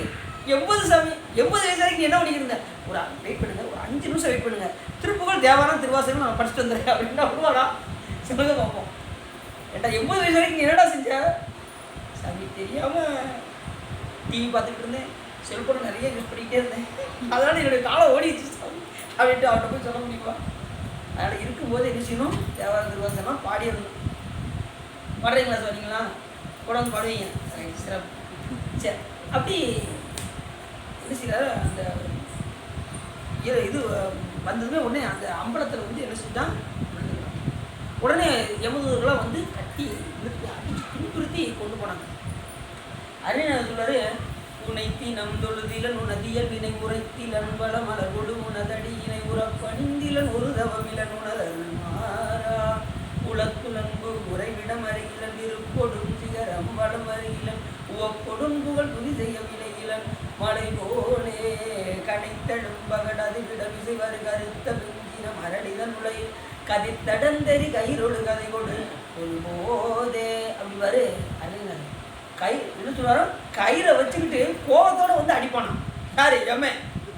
அதுக்கு முன்னாடி நீ என்ன பண்ணிரு, அல்ல நான் சொல்றேன், அதுக்கு முன்னாடி நீ என்ன பண்ணிரு, அவன் கோபத்தோட உன்னை கட்டி அடிச்சு தூக்கிட்டு போறதுக்கு முன்னாடியே நீ சிவபெருமான் என்ன பண்ணிரு, பூ பண்ணிலாம் செஞ்சிரு. உனை தினம் தொழுதிலன், கோயிலுக்கு போய் தொழுதுரு, சிவபெருமான தொழுதணும். உனை தினம் தொழுதிலன் உனது இயல்பினை உரைத்திலன், அவருடைய போல 4 பேருக்கு எடுத்து சொல்லு. உனது இயல்பினை உரைத்திலன் பல மலர் கொடு உனது அடியினை உற பணிந்திலன். பல மலர்களால் சிவபெருமான் என்ன செய்யணும், அர்ச்சிக்கணும். பல மலர் கொடு உனது அடியினை உற பணிந்திலன் ஒரு தவம் இல்லன் உனது அருள்வான். சாமி எனக்கு எந்த தவமே இல்லை, இதெல்லாம் செய்யணும். உனை தினம் தொழுதிலன் உனது இயல்பினை உரைத்திலன் பல மலர் கொடு உனது அடியினை உற பணிந்திலன் ஒரு தவம். இது செய்யாதவங்களும் ஒரு தவமும் செய்யாதவர்களும் நடக்காது அப்படின்ட்டு. அப்போ இதை செஞ்சவங்க தவம் உடையவர்கள், செய்யாதவர்கள் தவம் இல்லாதார். அப்போ இந்த பணியெல்லாம் நம்ம செய்யணும். அப்படி செய்யலைன்னா இவர் வருவார். யார்? இந்த பணியை செய்யாதவங்களுக்கு யார் வருவா? எவன் அப்படி கோபத்தோடு வருவான். பாவம் செய்யாதீரு மனமே ஆலை கோபம் கொண்டே யமன் கொண்டோடிடுவானே. வரும்போது கோபத்தோட வந்துடப்போறான் பண்ணி. அதுக்கு முன்னாடி என்ன பண்ணிடு, சிவனுடைய அஞ்சலத்தை சொல்லு, சாமியோட கூட 4 பேருக்கு எடுத்து சொல்லு, அஞ்சலத்தை சொல்லு, புஷ்பத்தெல்லாம் பறித்து சாமி கொடு. அதுவும் அதை என்ன சொல்றாரு, உன்னை தினம் தொழுதிலன் உனது அடியினை உறப்பணிந்திலன் பல மலர்களோடு உனது அடியினை உறப்பணிந்திலன் அப்படின்னாரு. பல மலர்களோடு சேர்ந்து இதையும் பறித்து கொடுக்கணும்னு தான் சொன்னார். எல்லா பாட்டிலையுமே பார்த்தீங்கன்னா மலர்களை கடையில் வாங்கி வையுங்கள்னு எந்த புராணத்திலையும் சொல்லலை, பறித்து தான் வைக்க சொல்லியிருக்கு. உண்பதற்கு மலர் பறித்து இட்டு உண்ணாராய் பறித்து மலர்களோடு வந்துமை ஏற்றும் படிந்து நாமடியும் சிறப்பிடி தீவினை தீண்டப்புறா தெரியல வேண்டும். அப்போ மலர்கள் என்ன செய்யணுமா, பறித்து பறித்து மலர்கள் வந்துமை ஏற்றும் படிந்து நாமடியும் சிறப்பிடி தீவினை தீண்டப்புறா. எல்லா பாட்டிலையும் பார்த்தீங்கன்னா பறித்து கொடுங்க தான் நிறுத்து. எத்தனை புறானாலும் சொல்லட்டுங்க, அது பாட்டு சொல்லிக்கிட்டு இருக்கட்டும் அப்படின்ட்டு அப்படி விட்டுட்டு போயிடக்கூடாது. இது அவங்களுக்கு அந்த படியெல்லாம் அவன் செய்யணும். சரி, அப்படி யமதூதர்கள்லாம் வந்து அவனை கட்டி இழுத்துட்டு போனாங்க. அந்த நேரத்தில் சிவகணங்கள்லாம் வந்தாங்க. அந்த அங்கனம் செய்யும்போது சிவகணங்கள் வந்து அவர்களை விலக்கி கட்டி கூட்டிட்டு போயிட்டாங்க. எப்போ அடிக்காத பாக்கி கொடுப்பாங்க வாப்பா அப்படின்னு சொல்லி சிவகணங்கள் வந்து வாங்கிட்டு போனாங்க அந்த உயிரை. ஏன், என்ன காரணம்? இப்போதான் நீங்கள் பாயிண்ட புரிஞ்சுக்கிட்டீங்க. அவர் சிவபூஜைக்கு உதவிய காரணத்தினால இப்போ யார் வரா, சிவகணங்கள் வந்து அந்த உயிரை வாங்கி உடனே அவங்க சொன்னாங்களாம், இப்போ நீ மறந்துட்டியா, மார்க்கண்டேயனுடைய வரலாறு உனக்கு தெரியும்ல அப்படின்னா அவங்க சொன்னாங்களா சிவகங்கலாம், மார்க்கண்டேயருக்கு யமனே அடிவாங்க அவங்களுக்கு தெரியுமா தெரியாதா அப்படின்னாங்களாம். எல்லாம் பயந்து விட்டுட்டாங்களாம். யமதூதர்கள்லாம் வந்து தெரியும்ல, மார்க்கண்டேயாவது தெரியும்ல, எல்லாத்தையும் தெரிஞ்ச விஷயம் தான். கரெக்டாக சிவபூஜை பண்ணுற நேரத்தில் வந்தான் யமன். அவர் அப்படியே சொல்லுவார், ஓம் சிவாய நம அப்படின்னு அப்படியே அடிச்சுக்கிட்ட சாமியை அப்படியே அடிக்க உடனே அந்த நேரத்தில் வந்து காலம் வந்தாங்க. யம தூதர்கள் வருவாங்க. அதுக்கு கடைசி யாரும் முடியாத நேரத்துக்கு பெரிய பெரிய ஆளுக்கு தான் யமே வருவான். அது வரைக்கும் தூதர்கள் தான் வருவாங்க. இது அவங்களுக்கு யமதூதர்கள் வந்திருக்காங்க, பார்த்துங்க சிவபூஜை பண்ணுறதை பார்த்து பயந்துட்டு ஓடிருக்காங்க. இது பெரிய இடத்து சமாச்சாரம். என்ன சமாச்சாரம்? இது பெரிய இடத்து சமாச்சாரம். இங்கே நம்ம தலையில் கூடாதுன்னு ஓடிட்டாங்களாம். ஓடி போய் யமதூதர்கிட்ட போய் சொல்கிறாங்களா, சாமி நீங்கள் போயிருக்க சாமி, எங்களால் முடியாது சாமி அப்படின்ட்டாங்க. நான் போகிறேன் பாரு அப்படின்ட்டு ராம வந்தாராம். வந்ததும் எப்பயுமே நல்லா கவனமாக கிடங்க. சிவபூஜை பண்ணுற நேரத்தில் நம்மளுடைய காலக்கணக்கு ஓடாது. நம்மளுடைய காலக்கணக்கு உதாரணம் சொல்கிறேனே, இப்போ உள்ளே வரும்போது ஒரு வீட்டுக்கு உள்ளே போகும்போது முதல்ல என்ன ஓடும், ஒரு லைட் இருக்கும். லைட் ஓடுமா, அடுத்து உள்ளே போனது ஒரு ஃபேன் ஓடும், அப்புறம் உள் ரூமில் ஒரு ஃபேன் ஓடும், அடுத்து பூஜை ரூமில் லைட் எரியும், அப்புறம் சமையல் ரூமில் அந்த இடத்துல ஒரு ஃபேன் ஓடும். இப்படி எல்லாம் ஓடிக்கிட்டு இருக்கும். வெளியில் என்ன ஓடும், மீட்ரு ஓடும். எல்லாம் ஓடிக்கிட்டு இருக்கும், வெளியில் மீட்ரு ஓடிக்கிட்டே இருப்பாங்க. அதே போல் சாமி என்ன பண்ணுவார், நீ என்ன அட்டுனாலும் பண்ணு, இங்கே நான் என்ன செய்கிறேன் கணக்கு எழுதுறேன்னு எழுதிக்கிட்டே இருப்பார் சாமி. அந்த நேரத்தில் என்ன ஆகாதான், சிவபூஜை பண்ணுற நேரத்தில் இந்த காலக்கணக்கு அப்படி நின்றுமா. இப்போ மீட்டர் எப்படி இப்போ கரண்ட் சுவிட்ச் ஆஃப் ஆகிட்டு என்ன இது நின்றுது பார்த்தீங்களா, அதே போல் சிவபூஜை பண்ணுற நேரத்தில் இது சுவிட்ச் ஆஃப் ஆயிடும். புரியுது அவங்களுக்கு, சுவிட்ச் ஆஃப் ஆயிடும். அந்த நேரத்தில் இவன் வந்து என்ன பண்ணா, பாசக்கயிறை வீசினார். யார், யமன் வந்து பாசக்கயிறை வீசணும். சிவன் என்ன பண்ணார், எட்டி உதைச்சார். எந்த பாதத்தால் உதைச்சாரு, இடது பாதத்தால் எட்டி உதைச்சார். இடது பாதம் யாருடைய பாதம், அம்பாளுடைய பாதம். அம்பாள் வந்து கருணையே வழிவாகியவர் அம்பாள். இப்போ உடனே இப்போ எனக்கு நல்லா புரிஞ்சு வச்சு, அப்போ சாமி வேற அம்பாள் வேற அப்படின்னு நினச்சிடக்கூடாது. எப்பயுமே சாமி வேற கிடையாது, சிவனுடைய கருணையை தான் நம்ம என்ன சொல்கிறோம், சக்தி என்று சொல்லியிருக்கோம். சாமியுடைய திருவடி தான் சக்தி. இது அவங்களுக்கு சரி. அப்படி எட்டி உதைச்சதுமே உடனே என்ன ஆகிட்டான், யமன் இறந்து போயிட்டான். இறந்து போனதுக்கு அப்புறம் சாமி என்ன பண்ணார், அவருடைய மனைவி மடிப்பிச்சை கேட்டதுக்கு அப்புறம் சாமி என்ன பண்ணார், அவருக்கு மறுபடியும் உயிர் கொடுத்து மறுபடியும் அந்த பதவியில் வந்து உட்கார வச்சார். நம்ம கோயிலில் ஒரு வரலாறு பார்த்தோம்ல, பிரம்மதேவர் புஷ்கரன், அவர் பொய் சொன்னாருக்கு எந்த இடத்துலையும் கோயில் கிடையாது. வைத்தியநாதன் என்ன பண்ணார், அவருடைய தவறை மன்னித்து மறுபடியும் என்ன பண்ணார், அவருடைய சிருஷ்டி தொழிலை நம்ம கோயிலில் வந்து வழிபாடு பண்ணதுக்கு அப்புறம் தான் அவருக்கு அது கொடுக்குறாரு. வேறு எந்த புராணத்திலையும் இல்லாத ஒரு தனிச்சிறப்பு நம்ம திருக்கோயிலுக்கு அது உண்டு. வேறு எந்த புராணத்திலையும் படித்து பார்த்தாச்சு, எதுலையுமே இல்லை. அவர் வந்து மன்னிப்பு கேட்டு அவர் வந்து பூசித்தது, அவர் மறுபடியும் அந்த சிருஷ்டி தொழிலில் பண்ணது, அப்படி எந்த வரலாறு எங்கேயுமே சொல்லப்படலை. ஆனால் நம்ம திருக்கோயிலில் தான் அந்த விஷயம் நடந்தது. வைத்தியநாத சாமி பெரும் கருணையினால அது நடந்தது. அதே போல் முக்கியமான வர இடத்துல நம்ம வந்து இந்த சொல்லணும், பார்வதி வதையா, அது ஒரு தனிச்சிறப்பு நம்ம திருக்கோயிலில் உண்டு. அப்படி இவன் என்ன பண்ணால் உடனே சிவகணங்கள்லாம் அந்த உயிரை வாங்கி கொண்டு போனாங்க. யமதூதர்கள் சகிக்க முடியாமல் இருந்தால் உடனே சிவகங்கை சாமியிலே, இந்த பாசரதன் பஞ்சமபாதகன் ஆதரினால் வந்து அவனை கட்டி கொண்டு போக வந்தோம். இதற்காக நீங்கள் எங்களை பிடித்து கொடுந்தன்னை செய்தால் கொடுக்க மாட்டாது, உத்தரவுப்படி செய்கின்றோம் என்று அவர் என்ன செஞ்சாங்க, சிவகணங்கிட்ட கொடுத்தாங்க. யமதூதரை பார்த்து, மார்க்கண்டேயருக்காக நீங்கள் பட்டப்பாடு மறந்தீர்களா அப்படின்னு சொல்லி கேட்டாங்க. இப்போ தான் அந்த இது ஏற்கனவே அது மனசில் நினப்பு இருக்கா அப்படின்னாங்க. சாமி ரொம்ப நினப்பு இருக்கு சாமி அப்படின்ட்டு அவங்க என்ன பண்ணிட்டாங்க, கொடுத்துட்டு போயிட்டாங்க. இந்த புதுவை தலத்தை சார்ந்து விலங்குகள் பறவைகளாக இருந்தாலும் மோட்சமடையும். இங்கே புதுவை தலத்தில் யார் வந்து இறந்தாலும் என்ன செய்வாங்களா, மோட்சம் கண்டிப்பாக அடைவார்கள். உயிர் கடைசி காலத்தில் இங்கே புரிஞ்சால் ரொம்ப நல்லாயிருக்கும். புதுவை தலத்தில் திருப்பணி செஞ்சுக்கிட்டு இருக்கும்போது உயிர் போச்சுன்னா எப்படி இருக்கும், ரொம்ப சிறப்பாக இருக்கும். டெய்ட்டாக மோட்சம் அடைஞ்சிடலாம். அது புதுவை தளத்தில் போகணும் உயிர், அதுதான் ரொம்ப முக்கியம். அந்த தளத்தில் பறவைகள் இறந்தாலும் நல்லா கவனமாக கிடக்குங்க, பறவைகள் இறந்தாலும் மோட்சம் அடையும். விலங்குகள் அந்த இடத்துல இறந்தாலும் மோட்சம் அடையும். பழகி ஒன்றும் வேண்டாம், கோவரத்துலேருந்து ஒருத்தர் வந்தார். ஆனால் உயிர் எங்கே போச்சு பாருங்க, ஆஸ்தியில் போய் போச்சு, மதுரையில் போய். அப்போ எந்த உயிர் அங்கே இறக்கணும்னு சுவாமி பிரார்த்தனை இருந்தால் தான் அது நடக்கும். காசியில் இறந்தா முக்தின்னு சொல்கிறாங்க. ஆனால் காசியில் பார்த்தீங்கன்னா இறக்க போகிற நேரத்தில் அந்த காசியை தாண்டி வெளியில் போயிட்டாங்கன்னு வச்சுக்கோங்க, வெளியில் ஹாஸ்பிட்டலில் போய் இறக்குன்னு வச்சுக்கோங்க, புண்ணியம் அங்கே காசி உள்ளே இறந்தால் தான் இறக்கும். அப்போ நம்ம திருத்தலை எப்படின்னா காசிக்கு நிகரானதுன்னு நல்லா தெரியுது, புரிஞ்சிச்சு அவங்களுக்கு. காசியில் இறந்தா அதே போல் புதுவை தலத்தில் இறந்தா பார்வதிபதையே இவ்வளவு சிறப்பு. அப்போ காசிக்கு இணையான ஒரு திருத்தலம் நமக்கு புதுவை என்கின்ற தலம். அது ரொம்ப மறந்துடக்கூடாது. வைத்தியநாளுடைய பெருங்கண்ணு அங்கே விஸ்வநாத பெருமான் என்ன பண்ணுறாரு, எப்படி மோட்சம் கொடுக்காரோ அதே போல் வைத்தியநாத சாமி நமக்கு இந்த தலத்தில் இறந்தவர்களுக்கு குருவாக வந்து சிவபெருமான் அந்த தாரக பிரம்மத்தை உபதேசமாயிரம் இருட்டு வடிவுதரும் காசிமாநகர் என்கின்ற அடிப்படையில் சாமி என்ன பண்ணுறாரு, அந்த உயிருக்கு மோட்சத்தை தருகின்றார். மோட்சத்தை தருகினாரா எப்படி செய்கிறாரு, பதமுத்தியை கொடுக்குறாரு. நல்ல கவனம் கிடைக்கும். பதமுத்தியை கொடுத்து அதுக்கப்புறம் தான் சாயச்ச முத்தி கிடைக்கும்.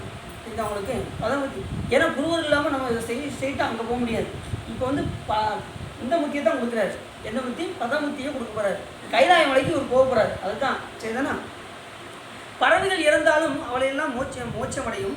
அதனால் இந்த தளத்தில் உள்ளவர்கள் யாரிடத்தும் நீங்கள் வர வேண்டாம் என்று உத்தரவு செய்தலும் அப்படி ஆகவென்று விடைபெற்று யமதூதர்கள் தென் திசைக்கு சென்றனர். உங்களுக்கு இதெல்லாம் தெரியாதா? இங்கே உள்ள பறவைகளும் விலங்குகள் இருந்தாலும் இறந்தாலும் மோட்சம் அடையுங்கிறது உங்களுக்கு தெரியாதா அப்படின்னு சொல்லி என்ன செய்கிறாங்க, யமதூதர்கிட்ட இந்த சிவகணங்கள்லாம் எடுத்து சொல்கிறாங்க. அதனால் நீங்கள் என்ன செய்யுங்க, இங்கேருந்து சென்று விடுங்கன்றது உடனே யமதூதர்கள்லாம் அந்த போயிடும். சிவகணங்கள் பாசனை நோக்கி இனி வார்த்தை கூறி கைலாசபதியாகிய சிவபெருமான் உன்னை அழைத்து வரும்படி கட்டளையிட்டார். அந்த பாசனை பார்த்து அவனுக்கு வந்து வாழ்வை பாருங்க, அவன் அங்கே வந்து இறந்ததுனால உன்னை சிவபெருமான் அழைத்து வர சொன்னான் அப்படின்னு சொல்லி சிவபெருமானுக்கு எங்கே கொண்டு போயிட்டாங்க, சிவபெருமானுக்கு கிட்ட கொண்டு போயிட்டாங்க. கட்டளையிட்டாரு. கட்டளையிட்டது யாரு? சிவபெருமான். அழைத்து போனது யாரு? சிவகணங்கள். எப்பயுமே சிவபெருமான் வந்து கட்டளை தான் விடுவார். எல்லாமே சிவபெருமானே எல்லா வேலையும் பார்த்துருவார். ஆனால் இந்த உயிர்களுக்கும் ஒரு பதவி கிடைக்கணுங்கிறதுக்காக தான் எல்லா சாமிகளுக்கும் ஒரு பணியை வச்சுருக்காரு சாமி. நீ இந்த படைத்த தொழில் செய், இந்த நீ காத்த தொழில் செய், இந்த நீ மடத்த தொழில் செய், நீ இந்த அருள் தொழில் செய், ஒவ்வொருத்தருக்கும் பிடிச்சி கொடுத்துருக்காரு. அது மாதிரி ஒவ்வொரு பூக்களுக்கும் ஒவ்வொரு மரத்துக்கும் ஒவ்வொரு அதிதெய்வம். சூரியன் அதுக்கு ஒரு அதிதெய்வம், சந்திரனா அதுக்கு ஒரு அதிதெய்வம், 8 திக்கு திசை இருக்கா அந்த திசைக்கு ஒரு அதிதெய்வம். இந்திர தேவன், அக்னி தேவன், யமதேவன், நிருதேவன், வருண தேவன், வாயுதேவன், குபேர தேவன், ஈசான தேவன், இப்படி 8 திக்கும் ஒரு அதிதெய்வம். இப்படி எல்லாத்துலேயுமே சிவபெருமான் இருக்காரு, ஒரு அதிதெய்வத்தை வச்சுருக்காரு. சாமி பண்ணிடுவார். ஆனாலும் அந்த உயிர்களுக்குள்ளே இருந்து நிலைக்களமாக இருந்து அதிர்ஷ்டித்து நின்று சிவபெருமான் இயக்குவார். புரியுது அவங்களுக்கு? அவரால் தானாக இயக்கக்கூடிய அதிகாரம் அவங்களுக்கு கிடையாது. ஆனால் அவர்களுக்குள்ளே இருந்து சிவபெருமான் அதிர்ஷ்டித்து நின்று சிவபெருமான் இயக்குவார். புரியுது அவங்களுக்கு?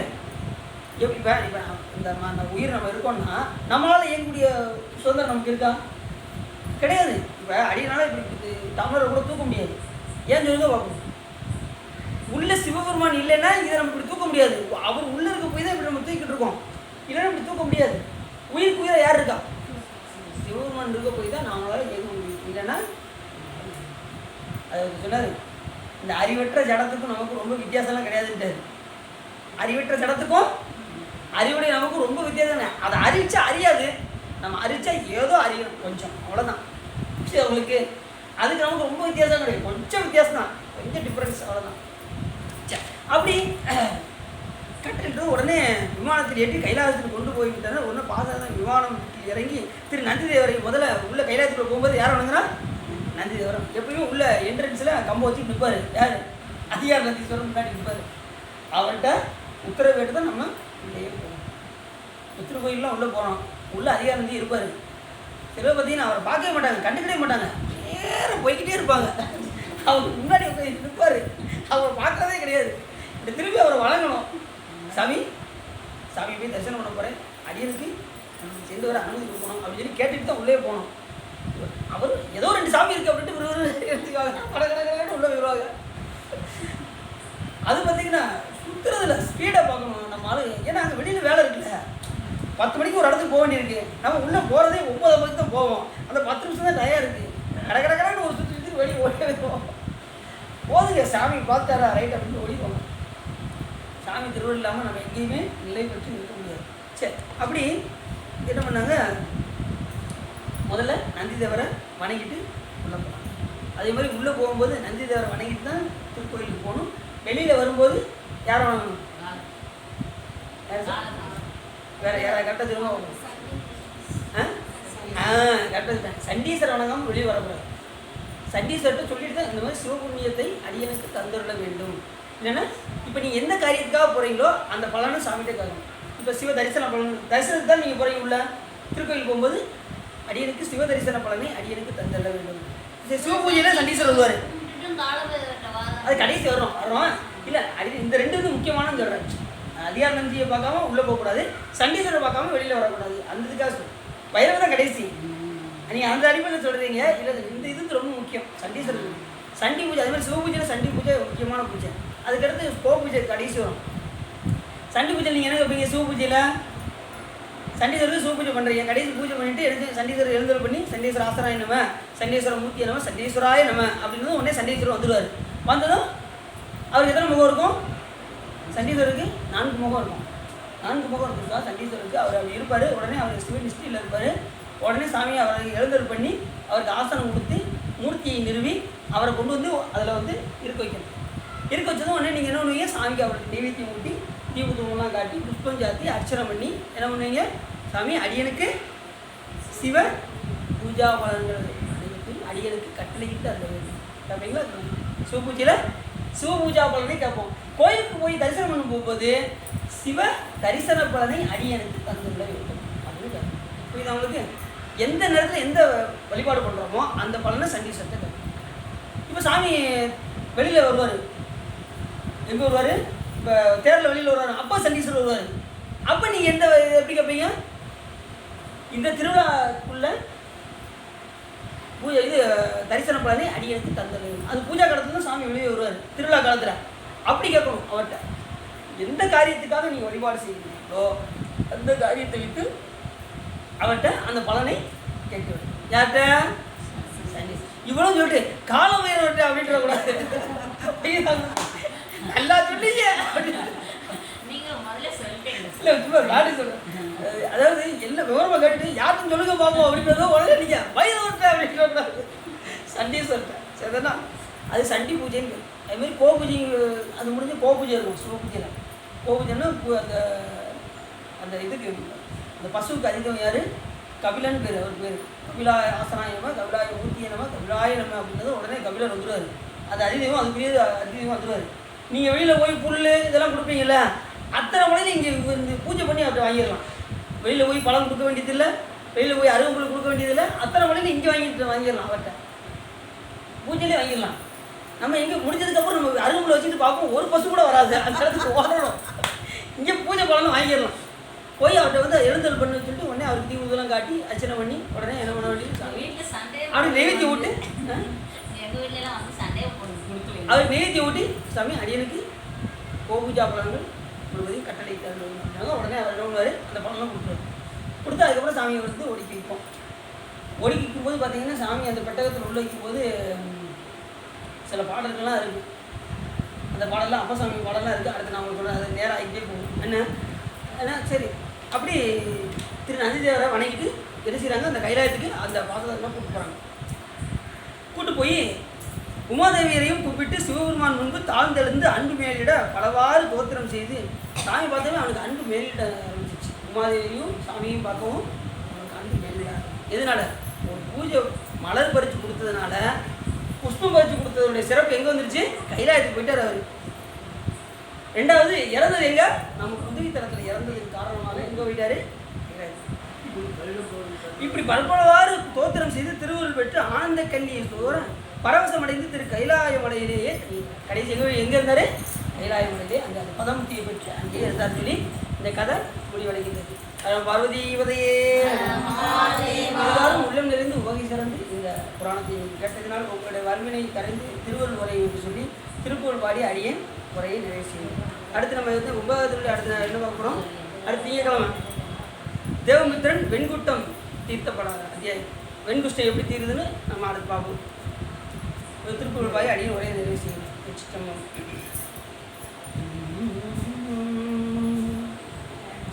உரத்துறை போத தனியான உனை சிறிதோத தெரியாது மரத்துறை போடும் அடியேனும் மலத்தில் மூடி கெடலாமோ பரத்துறை சீயதாவது பணித்தடி வாழுற்ற அருள்வோனே வரத்துரணீதோடு சேயே வைத்தியநாத பெருமாளே கைலாய விஞ்ஞான போது காட்டும் என்னை பயில்வாய் வெங்கடாந்ததிக்கு ஒரு விஞ்ஞான பானுவாய் வீலாரும் மொழி திருவாவூர் திருவாள் ஒரு நமச்சிவாய் தேவன் சைலாதி மறுபடியும் திருவரவன் நீடூடி தலைவமாகும் வான்மையில் வளாதவிக மணிவனம் தொடக்க மன்னன் போன்முறை அரசு செய்க குறைவில்லாத இருவாழ்க நான்மறை அரங்கள் ஓங்க நற்றமம் வெண்மல்க மேன்மைகள் சைவ நீதி விளங்குக உலகமெல்லாம் அழகான பார்வதீபதையே